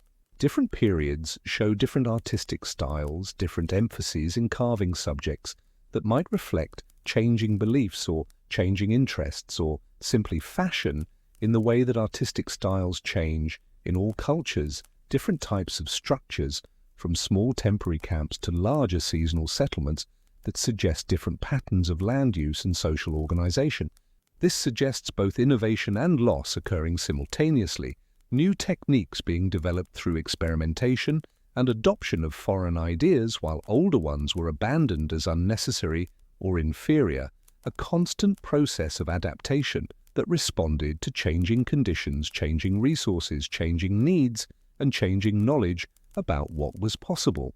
Among the most haunting Arctic archaeological sites are the raised stone caches where food was stored against future need, carefully constructed to protect precious meat and fat from scavengers while keeping them frozen in nature's refrigerator. Piles of rocks carefully stacked with spaces between them to allow cold air circulation, heavy enough that foxes and wolves couldn't tear them apart, elevated enough that the permafrost beneath kept contents frozen even through the brief summer. When researchers examine these caches today, they sometimes find them still filled with centuries-old preserved meat, frozen solid in perfect preservation, technically still edible, though no one has verified this through actual consumption, preferring instead to catalogue and study the contents as evidence of diet and hunting practices. These full, abandoned caches suggest rapid camp abandonment, people leaving in such haste or desperation that they couldn't take their stored food with them, couldn't return for supplies that represented weeks or months of hunting effort, and which might mean the difference between survival and starvation. Why would a family leave behind food that represented survival, that could sustain them through lean times or carry them through to the next hunting season? Possible answers are troubling and speak to crisis, sudden illness or death that left no one able to retrieve the cache, leaving children alone or killing entire families. Conflict that made staying dangerous, whether with other humans or with the spirit world. Some environmental disaster like an avalanche or storm that forced immediate flight with no time to gather supplies, or perhaps a spiritual crisis. A belief that the camp had become cursed or contaminated by some violation of proper practice, making everything associated with it dangerous to use, carrying pollution that would transfer to anyone who touched it. We'll never know the specific stories behind most abandoned caches, can never recover the particular human dramas that played out at these sites. The archaeological evidence shows us the what, but rarely the why, leaves us with artifacts and sites and traces, but not the human narratives that would explain them, not the conversations and decisions and emotions that led to specific actions. We're left to speculate, to construct possible stories that fit the evidence, to acknowledge that behind every pile of stones was human decision-making as complex as our own, human emotion as real and powerful as anything we feel, human lives lived with intensities and complexities that have been erased by time but which were no less real for their erasure. The silence of the archaeological record is not emptiness but absence, the ghost of presence that once was. The sea goddess Sedna appears in many Inuit groups' mythology, though her story varies in details from region to region in ways that reflect local concerns and interpretations, different groups emphasizing different aspects of the story according to their own needs and understandings. In most versions, she was a woman who, through some combination of her own actions and others' cruelty to her, ended up in the ocean where she transformed into a powerful spirit who controlled sea mammals, seals, walruses, whales, that humans needed for survival, making her perhaps the most important spiritual being in the cosmology of coastal peoples. In some versions, Sedna's father threw her from a boat during a storm, sacrificing her to save himself when the weather turned dangerous and someone needed to die to appease the forces threatening the boat. When she clung to the side, refusing to accept her fate, desperately trying to save herself, he cut off her fingers joint by joint with a knife or axe, and as they fell into the water, they became the first seals, her suffering and transformation creating the animals that would feed her people for all time to come. In other versions, she married a dog or a bird spirit in disguise, drawn by false promises or deception into a union that violated proper categories. And when her father tried to rescue her from this inappropriate marriage, events led to her transformation through a similar process of violence and falling. The variations in the story reflect different groups' specific concerns and emphases, some emphasizing the theme of improper marriage, others emphasizing paternal betrayal, still others focusing on sacrifice and transformation. But the core concept remains consistent, a female spirit of great power who lives beneath the waves and must be properly respected if humans hope to hunt successfully. Shamans, angakkuq, were believed to be able to journey to Sedna's underwater dwelling, a palace on the ocean floor where she sat among the seals and walruses and whales to comb her hair, which she could not do herself having no fingers, to soothe her anger when she withheld animals from hunters in punishment for violations of taboo or proper behavior. This shamanic journey wasn't physical but spiritual, undertaken in trance states induced through drumming and chanting and sometimes physical hardship, often in dark winter months when hunting was most difficult and people needed reassurance that the animals would return, that the current scarcity was temporary rather than permanent. Whether Sedna was believed to be literally real or served as a metaphorical explanation for hunting variability is perhaps the wrong question to ask, imposing modern categories onto a different way of understanding reality. For the people who told her stories and performed rituals in her honor, the distinction between literal and metaphorical might not have been meaningful in the way it is for us, might not have represented an important or even coherent distinction. Sedna was real in the sense that she represented genuine forces that shaped life, the unpredictability of hunting success that could mean feast or famine regardless of skill or effort, the dependence on animals that had their own agency and could not be commanded or controlled, the need for ethical behavior and ritual propriety to maintain cosmic balance and ensure continued relationship with the beings humans depended on. She was real in her effects, real in the practices she inspired, real in the comfort and explanation and guidance her stories provided. Archaeological evidence of spiritual practices comes in fragmentary forms that require careful interpretation and considerable speculation to understand. We find small ivory charms that might have been shamanic tools carried on spiritual journeys or used in healing rituals or served as focus objects for meditation or prayer, their exact functions lost with the people who made and used them.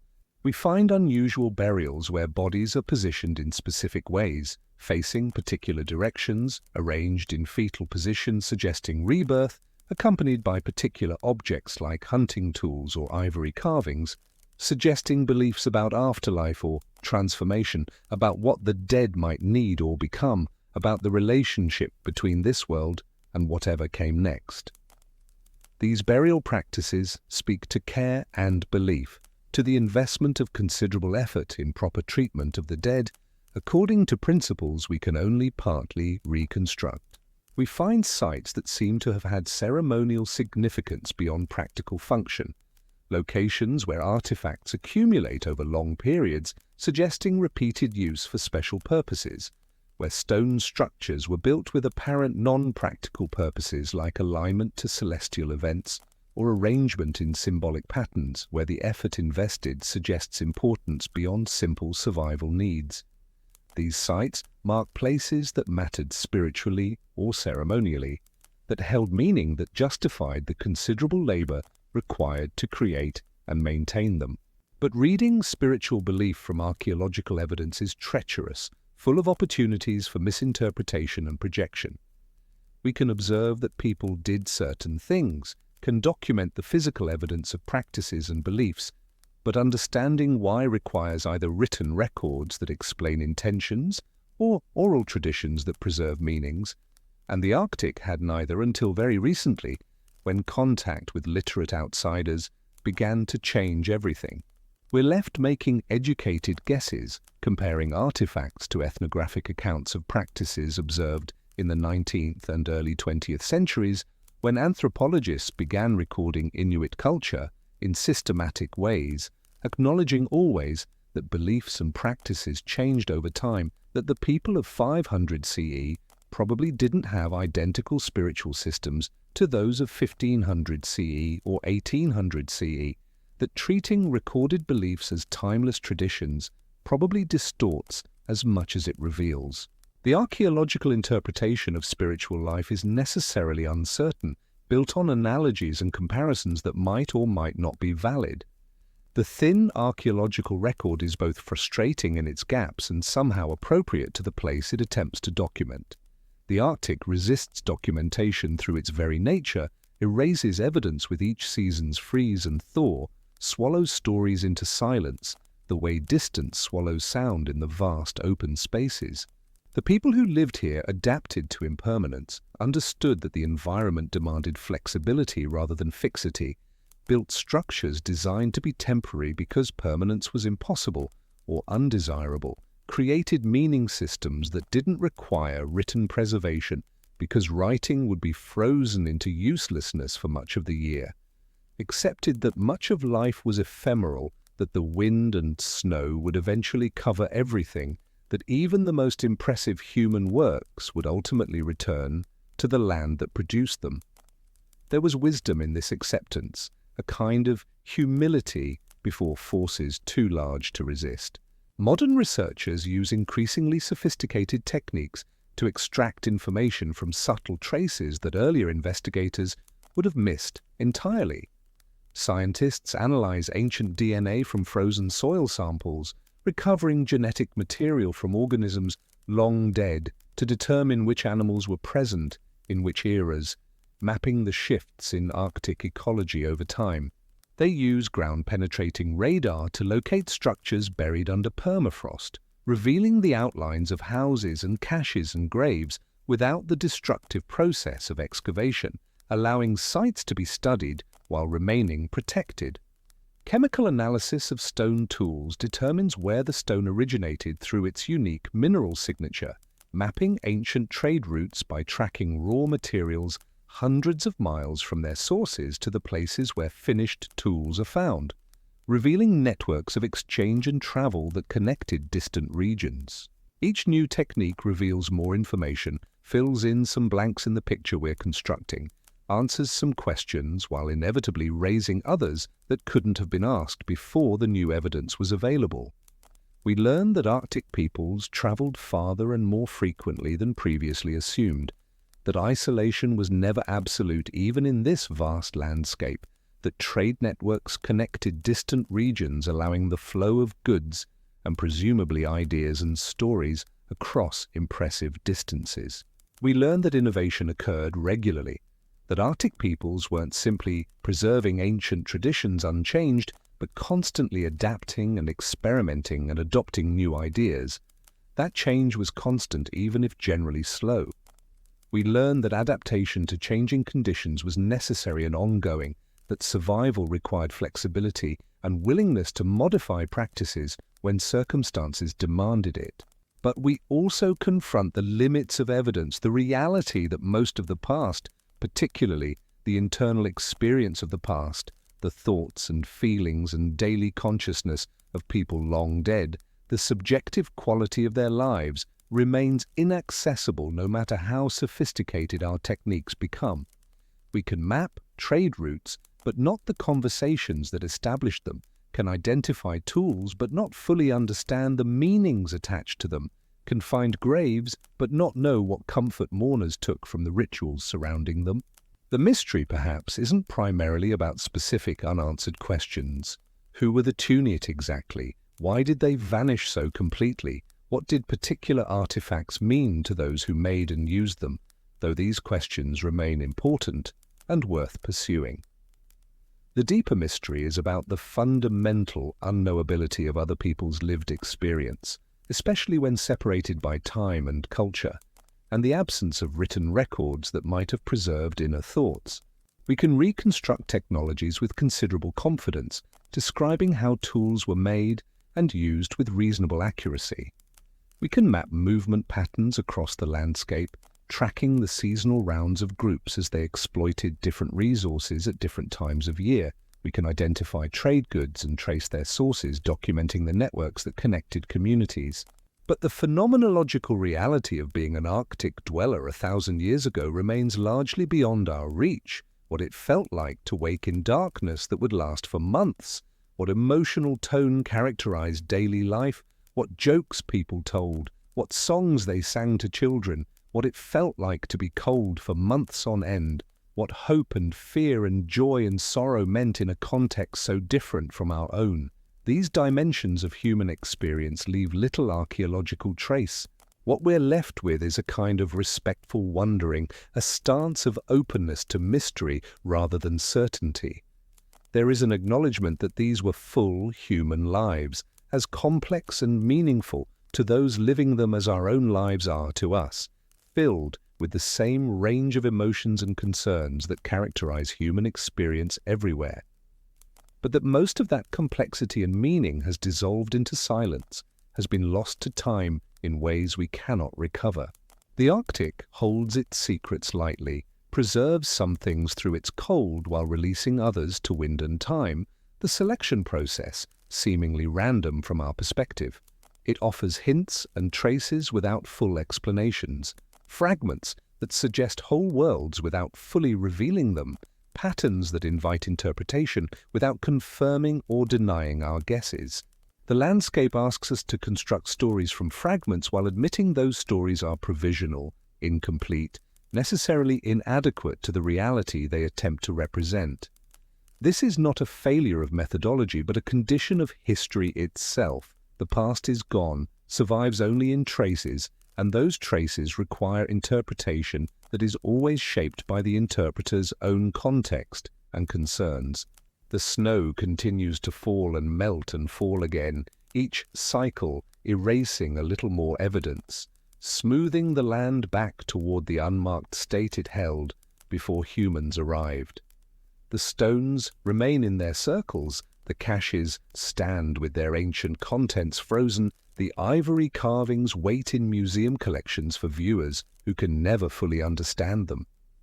The mysteries persist, patient and silent, waiting not for answers, but simply for attention, for the kind of wondering that honors what cannot be known while treasuring what can.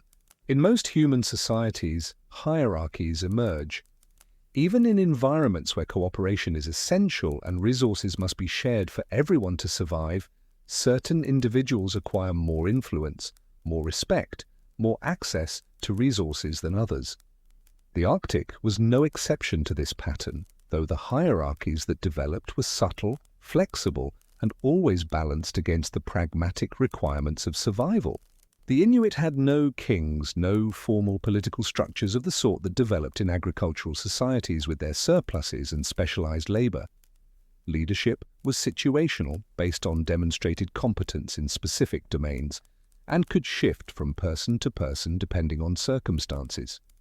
The best hunter might lead a seal hunting expedition, but someone else might be deferred to regarding travel routes or dispute resolution or the proper performance of rituals. Yet certain individuals did occupy positions of special status, and among the most significant of these were the angakkuq, the shamans, the individuals believed capable of communicating with the spirit world, of traveling between visible and invisible realms, of influencing forces that controlled hunting success, weather, illness, and the general welfare of the community. The role of angakkuq wasn't inherited in any simple sense, nor was it chosen through community election. Instead, it emerged through what was understood as spiritual calling.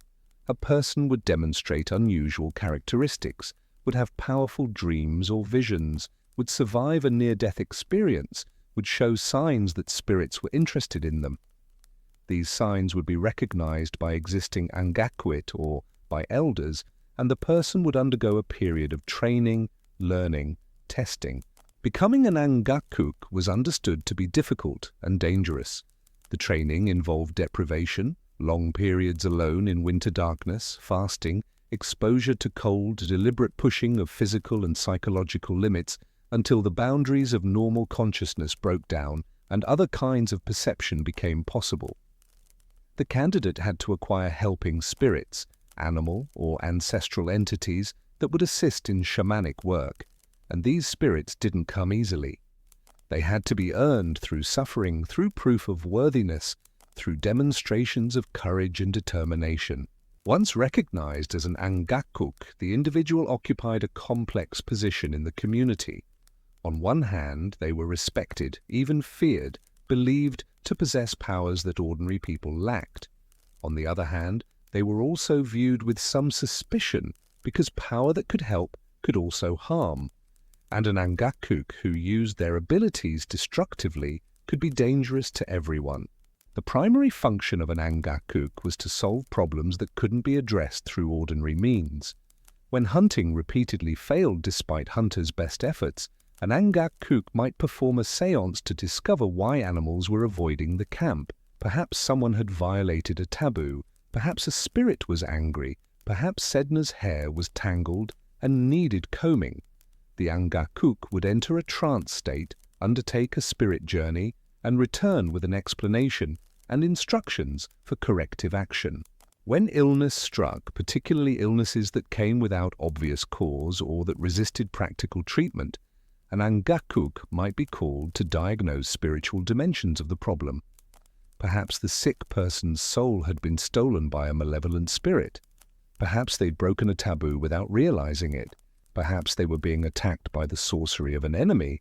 The angakkuq would determine the cause and attempt to effect a cure through ritual, through negotiation with spirits, through extraction of spiritual contaminants. These séances were not private affairs.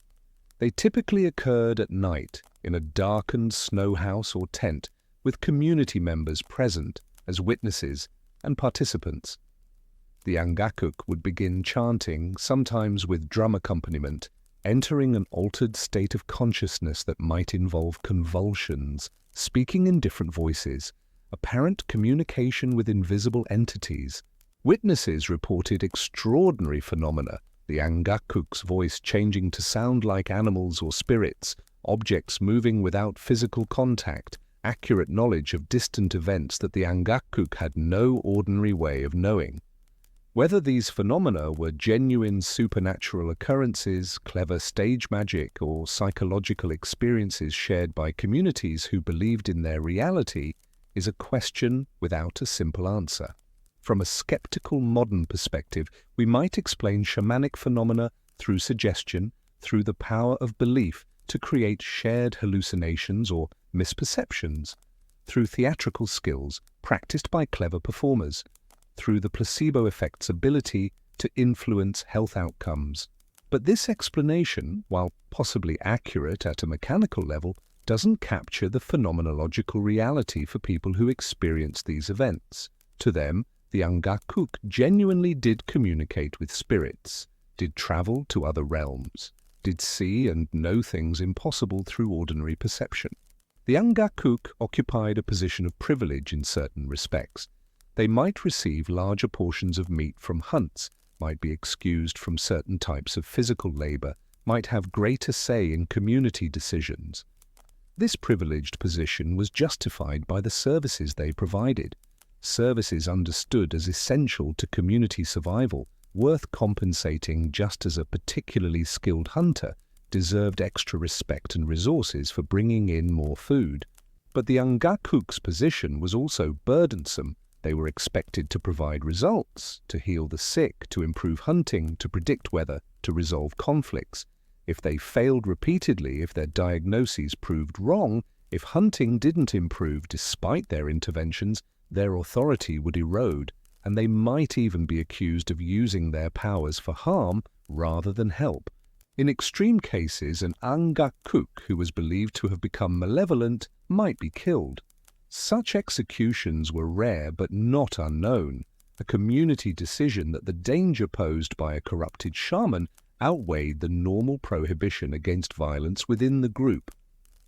These killings were understood not as murder but as necessary defense, as removing a threat to collective survival. The relationship between an angakkuq and ordinary hunters contained an interesting tension. Hunters needed the angakkuq's spiritual interventions, needed explanations for why hunting sometimes failed despite their best skills and efforts, needed rituals that maintained cosmic balance and ensured animals' continued presence. But hunters also possessed their own crucial skills, their own hard-won knowledge, their own essential contributions to survival. An angakkuq who didn't hunt or who hunted poorly was dependent on others' success for food. Meanwhile, successful hunters who were not angakkuq had their own status, their own authority, their own claims to community respect. The result was a kind of balance, spiritual power and practical competence, each valuable, each insufficient alone, each checking the other's potential to dominate completely. Imagine yourself not as a hunter now, but as an ordinary person observing an angakkuq in your camp. You've known this person since childhood. Perhaps they're slightly older than you, a cousin or a sibling of a cousin, someone whose personality and quirks are familiar. But they've been transformed by their calling and training into someone who claims access to powers and knowledge you don't possess. You respect them, certainly. When your child fell ill last winter and practical remedies weren't working, the angakkuq performed a healing ceremony and your child recovered. Whether the recovery would have happened anyway is impossible to know, but you're grateful, and that gratitude reinforces the angakkuq's status and your belief in their abilities. But you're also slightly wary. The angakkuq's temper has been unpredictable since they underwent their training. Mood swings, moments of strange behavior, statements that seem to come from somewhere other than their normal personality. You wonder sometimes whether their power is entirely benevolent, whether they might use it to harm someone who offended them, whether your own relationship with them is secure enough to protect you from spiritual attack. This mixture of respect, gratitude, and wariness characterizes most people's relationship with angakkuq.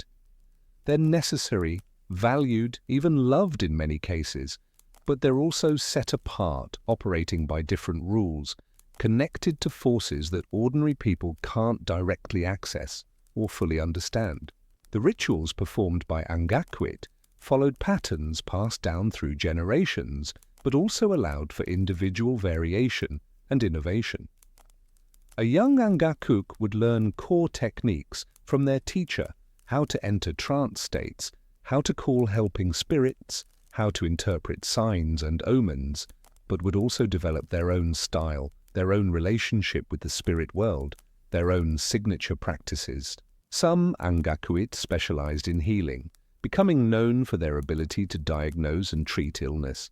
Others focused on hunting magic, on ceremonies that would bring animals to the camp, on divination techniques that revealed where seals were abundant. Still others became experts in weather prediction, in resolving disputes, in performing the complex rituals that marked major life transitions like birth, marriage, and death. The paraphernalia of shamanic practice varied between individuals and regions, but often included a drum made of caribou hide, stretched over a wooden frame, used to create rhythmic sounds that facilitated trance states. Some angakkuq used amulets and charms, small carved objects representing helping spirits, pieces of bone or stone believed to hold power, collections of items whose significance might be known only to the angakkuq themselves.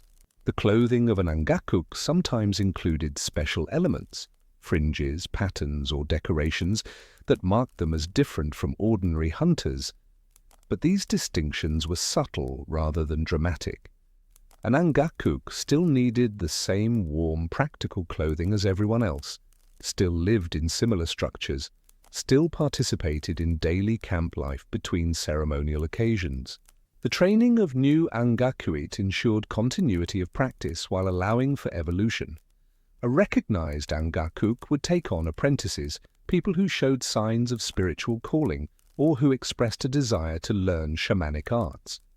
The training process was rigorous, testing the apprentices' commitment, courage, and psychological resilience. Apprentices might be sent alone into the winter landscape to fast and seek visions, exposing themselves to extreme cold and isolation until they experienced altered states of consciousness. They'd be taught songs and chants that had been passed down for generations, memorizing precise words and melodies that were believed to hold power. They'd learn to recognize signs and omens in their environment, in their dreams, in their physical sensations. Not everyone who began shamanic training completed it. Some apprentices decided the life wasn't for them, that the demands were too great, or that they lacked the necessary spiritual connection. Others were deemed unsuitable by their teachers, lacking some essential quality that couldn't be taught. Only those who persevered and demonstrated genuine ability graduated to full status as angakkuq. The social dynamics surrounding angakkuq created interesting situations within camps. If a camp contained multiple angakkuq, relationships between them could be cooperative or competitive. They might consult with each other, combining their powers for particularly difficult problems, or they might view each other as rivals, each claiming superior spiritual connections and subtly undermining the other's authority. When serious conflicts arose between angakkuq, the community faced a difficult situation. How do you resolve a dispute between two people who both claim access to supernatural power, who both have supporters within the camp, who both are capable of spiritual attack? Sometimes such conflicts were resolved through formalized competitions, public ceremonies where each angakkuq demonstrated their powers, with the community judging whose performance was more impressive, whose claims more credible. Other times, the conflict would lead to camp splitting, with supporters of each angakkuq forming separate groups that would maintain distance from each other.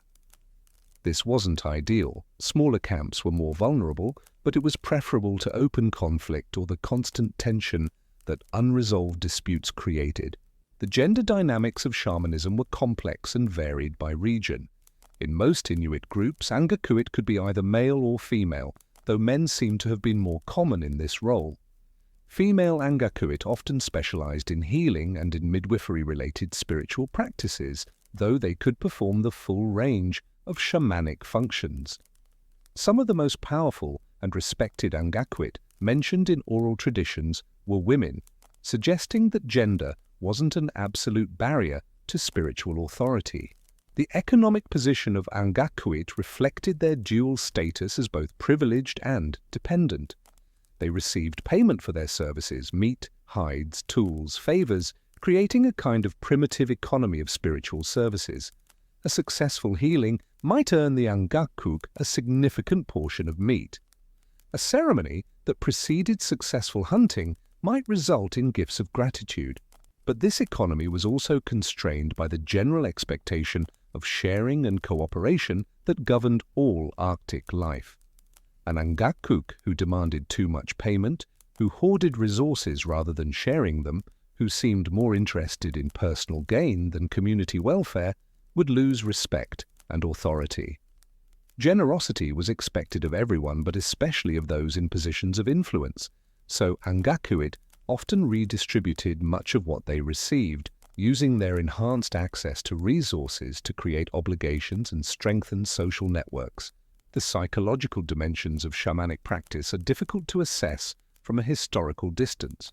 Were angakkuq genuine believers in their own powers, or were they conscious performers playing a role they knew to be theatrical? The answer probably varied between individuals and situations. Some angakkuq likely experienced genuine altered states, interpreted their visions as real spiritual encounters, and acted from authentic belief in their supernatural connections. Others might have been more cynical, recognizing that their role was socially necessary regardless of metaphysical truth, using psychological manipulation and clever observation to produce effects that people interpreted as supernatural. Many probably existed somewhere between these extremes, partly believing, partly doubting, compartmentalizing their knowledge in ways that allowed them to function effectively in their role without resolving the question of ultimate truth. The community's belief in shamanic power was probably similarly complex. Most people genuinely believed that angakkuq could communicate with spirits, could influence hunting and weather and health. But this belief coexisted with practical skepticism about specific claims, with awareness that some angakkuq were more capable than others, with knowledge that failures occurred and that explanations for failure were sometimes suspiciously convenient.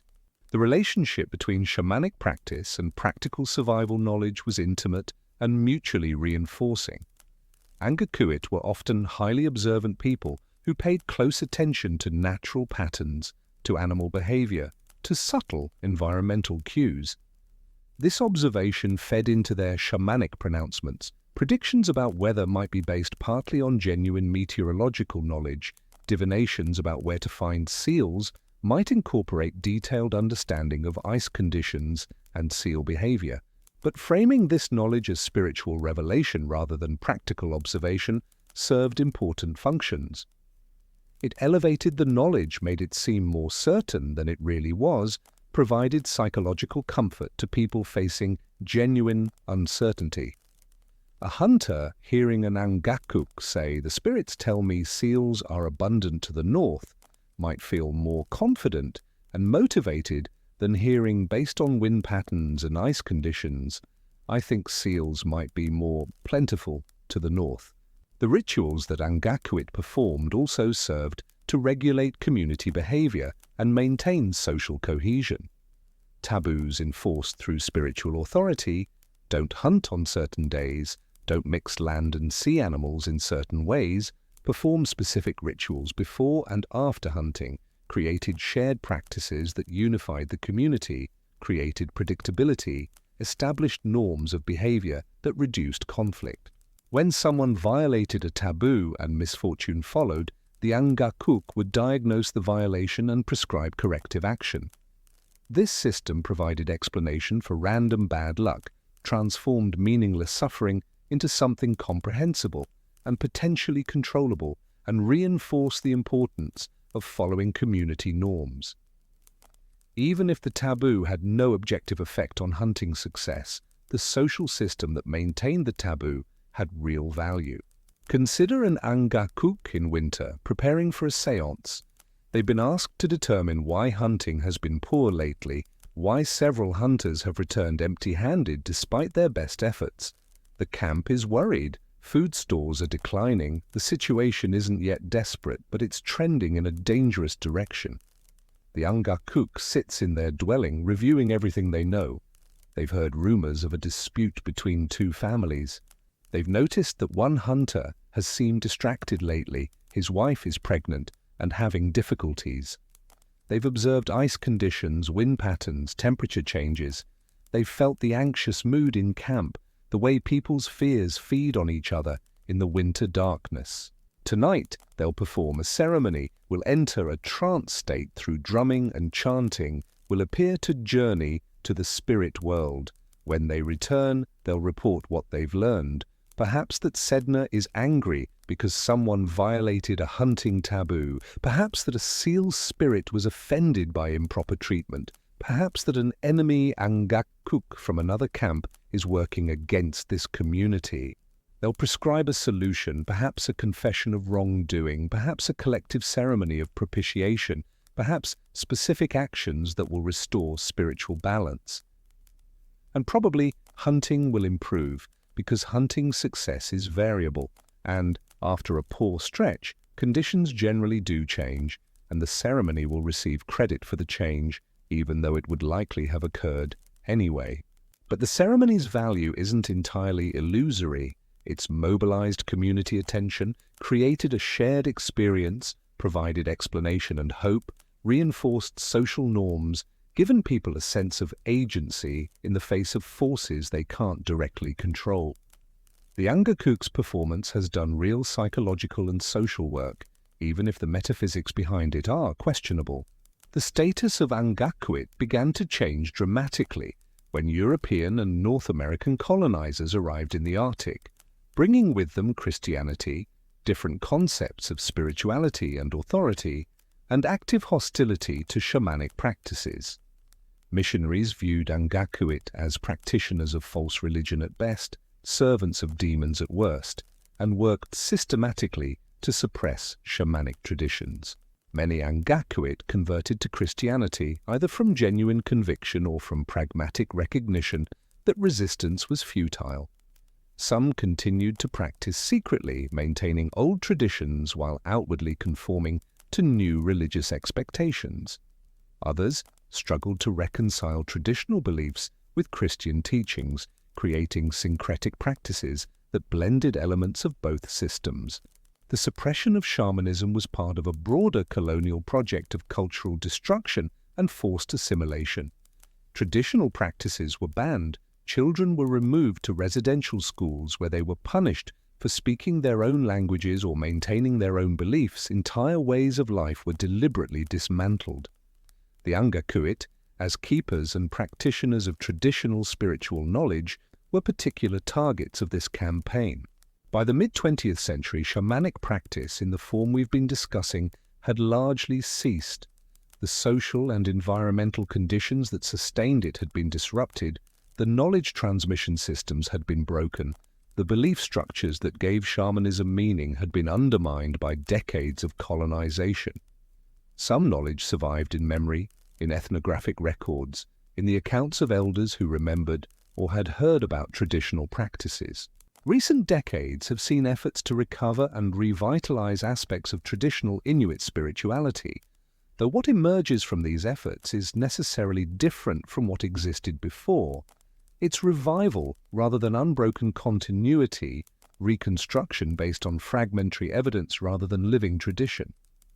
The angakkuq are gone in their original form, surviving now primarily as figures in stories, as subjects of academic study, as symbols of a culture that persisted for millennia before being violently interrupted, but the functions they served, providing explanation for uncertainty, mediating between visible and invisible forces, maintaining social cohesion through ritual, offering healing and hope to people facing genuine hardship, These functions are universal human needs, and they don't disappear just because one particular cultural form for addressing them has been suppressed.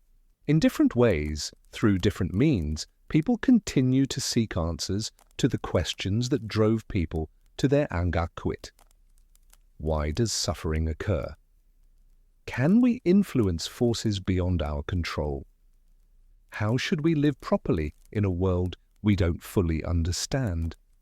The hierarchies of the traditional Arctic, including the special status of angakkuq, were subtle and flexible compared to the rigid class systems of agricultural and industrial societies.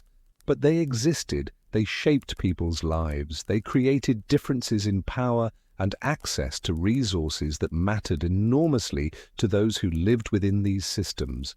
An angakkuq and an ordinary hunter both faced winter's cold, both needed warm clothing and adequate food, both could die from accident or starvation or disease.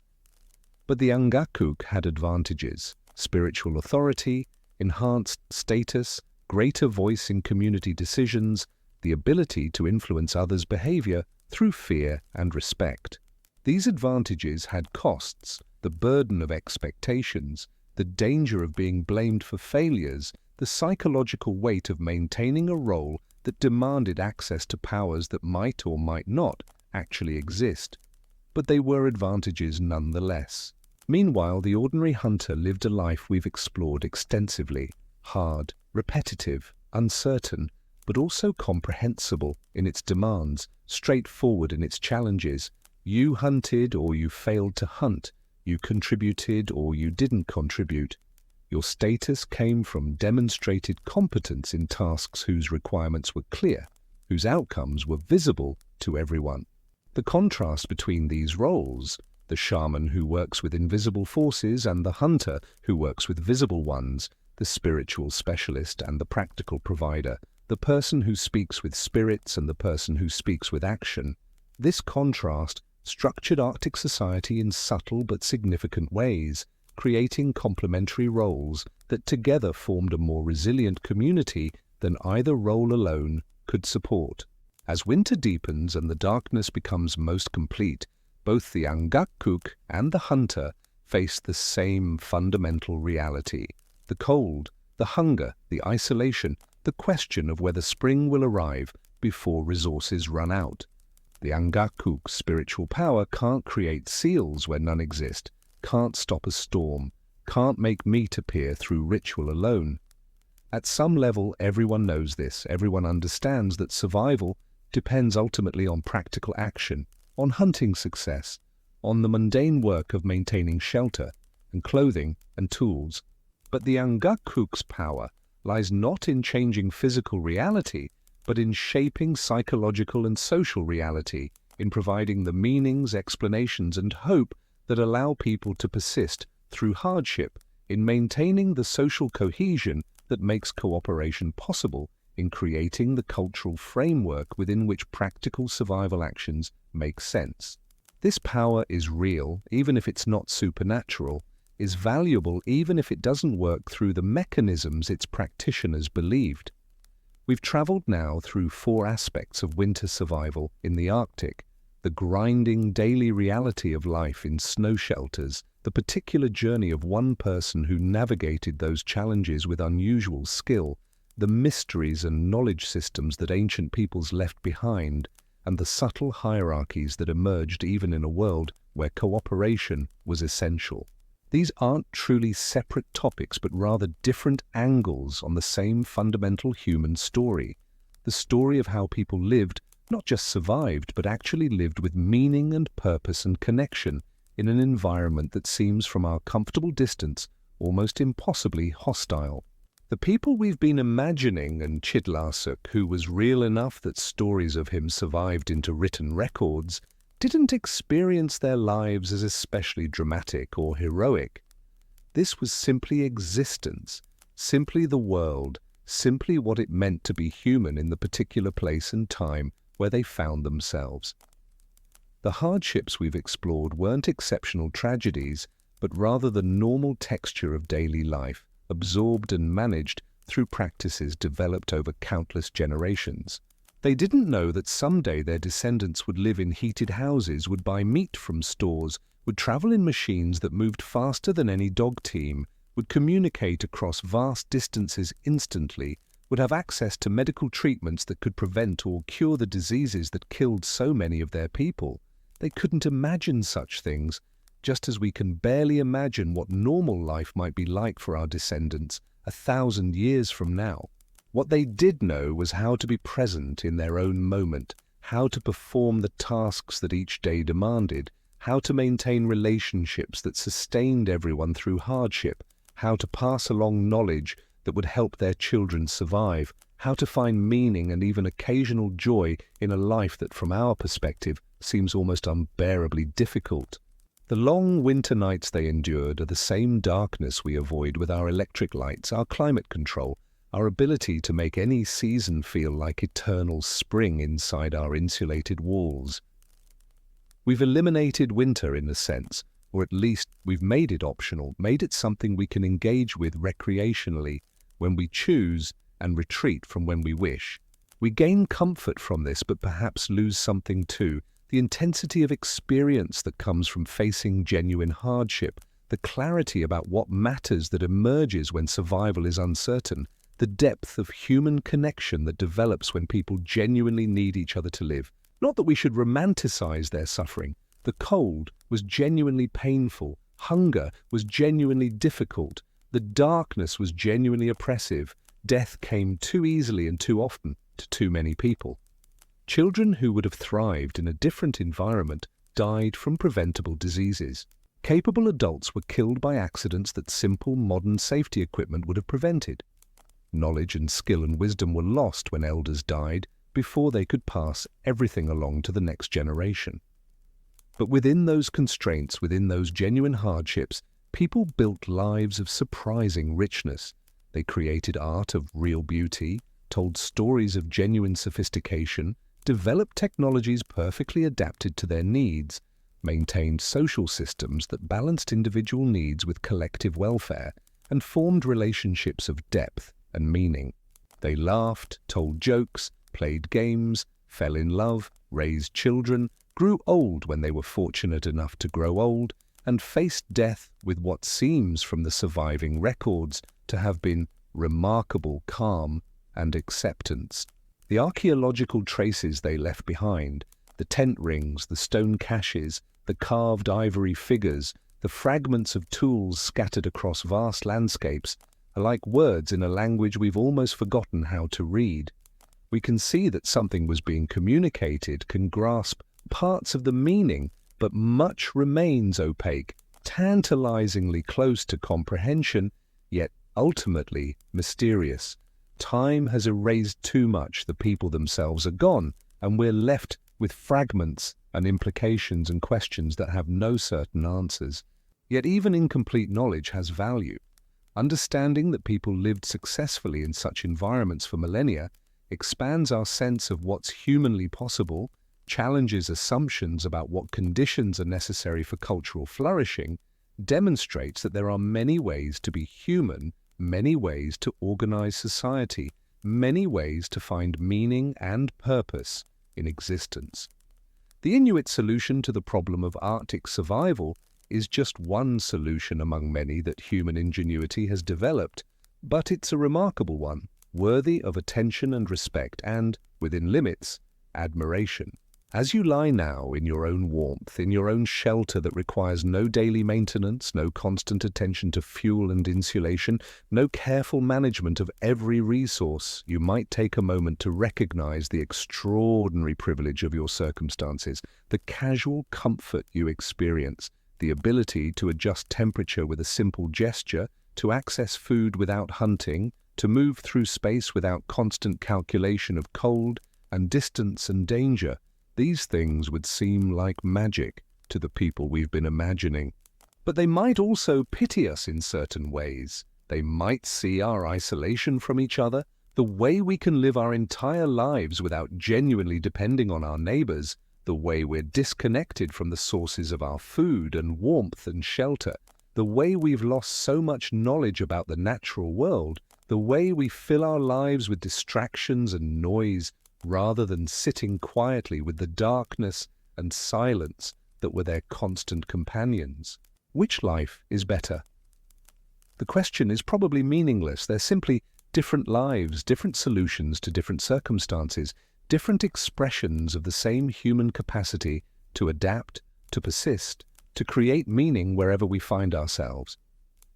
We can learn from their experience without needing to live it ourselves, can appreciate their achievements without romanticizing their suffering, can acknowledge both the hardships they faced and the remarkable competence with which they faced them. The winter camps are gone now, the people scattered, the traditional way of life disrupted by colonization and modernity. Some practices survive, some knowledge has been preserved, some continuity with the past remains.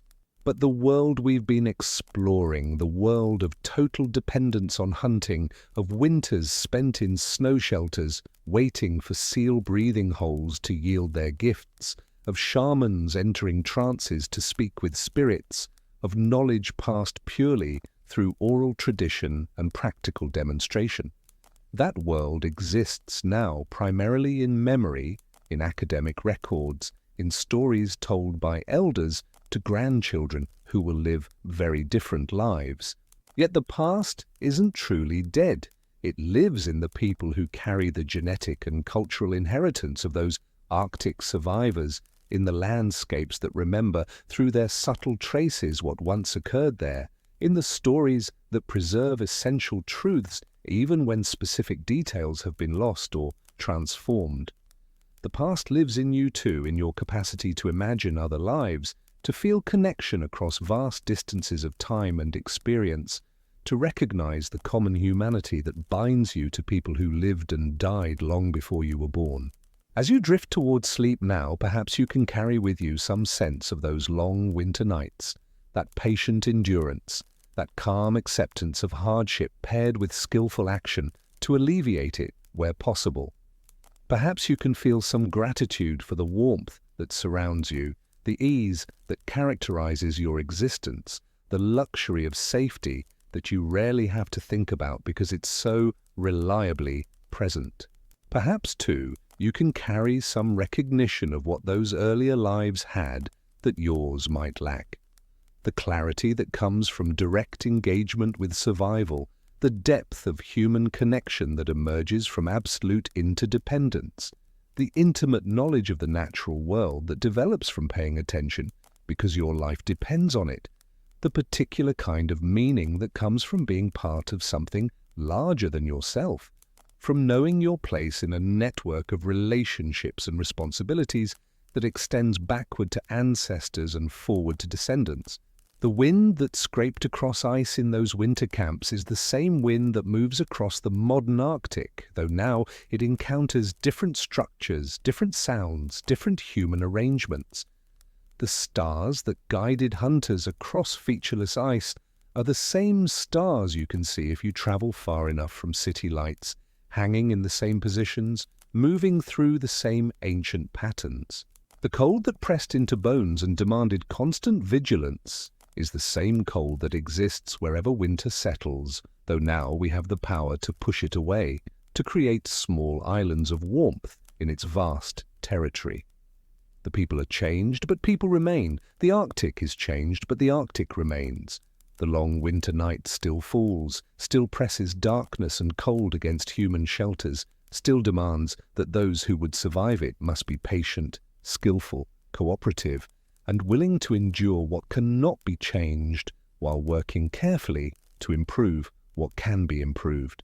And so we leave them there, in that glowing dome of snow, in that small sphere of light and relative warmth, carved from the vast cold darkness, with seal oil burning in its shallow lamp, with caribou furs arranged for sleeping, with tools laid ready for tomorrow's work, with children drowsing towards sleep, with adults making their final preparations for the night, with stories half told that will be finished tomorrow, with the wind outside as constant as breath, with the darkness held at bay, but never defeated, only temporarily, locally pushed back far enough that life can continue for another night, another day, another season, another generation, sleep well in your warmth.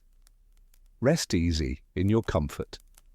And remember, if you will, that such comfort is recent, unusual, and precious, a gift from the accumulated ingenuity of thousands of generations who figured out piece by piece, method by method, how to push back the darkness and cold a little farther, how to make life a little easier, how to give their children a slightly better chance than they themselves had. You are the recipient of that long effort, that patient transmission of knowledge and technique from deep past into the present that cradles you now as you drift into sleep.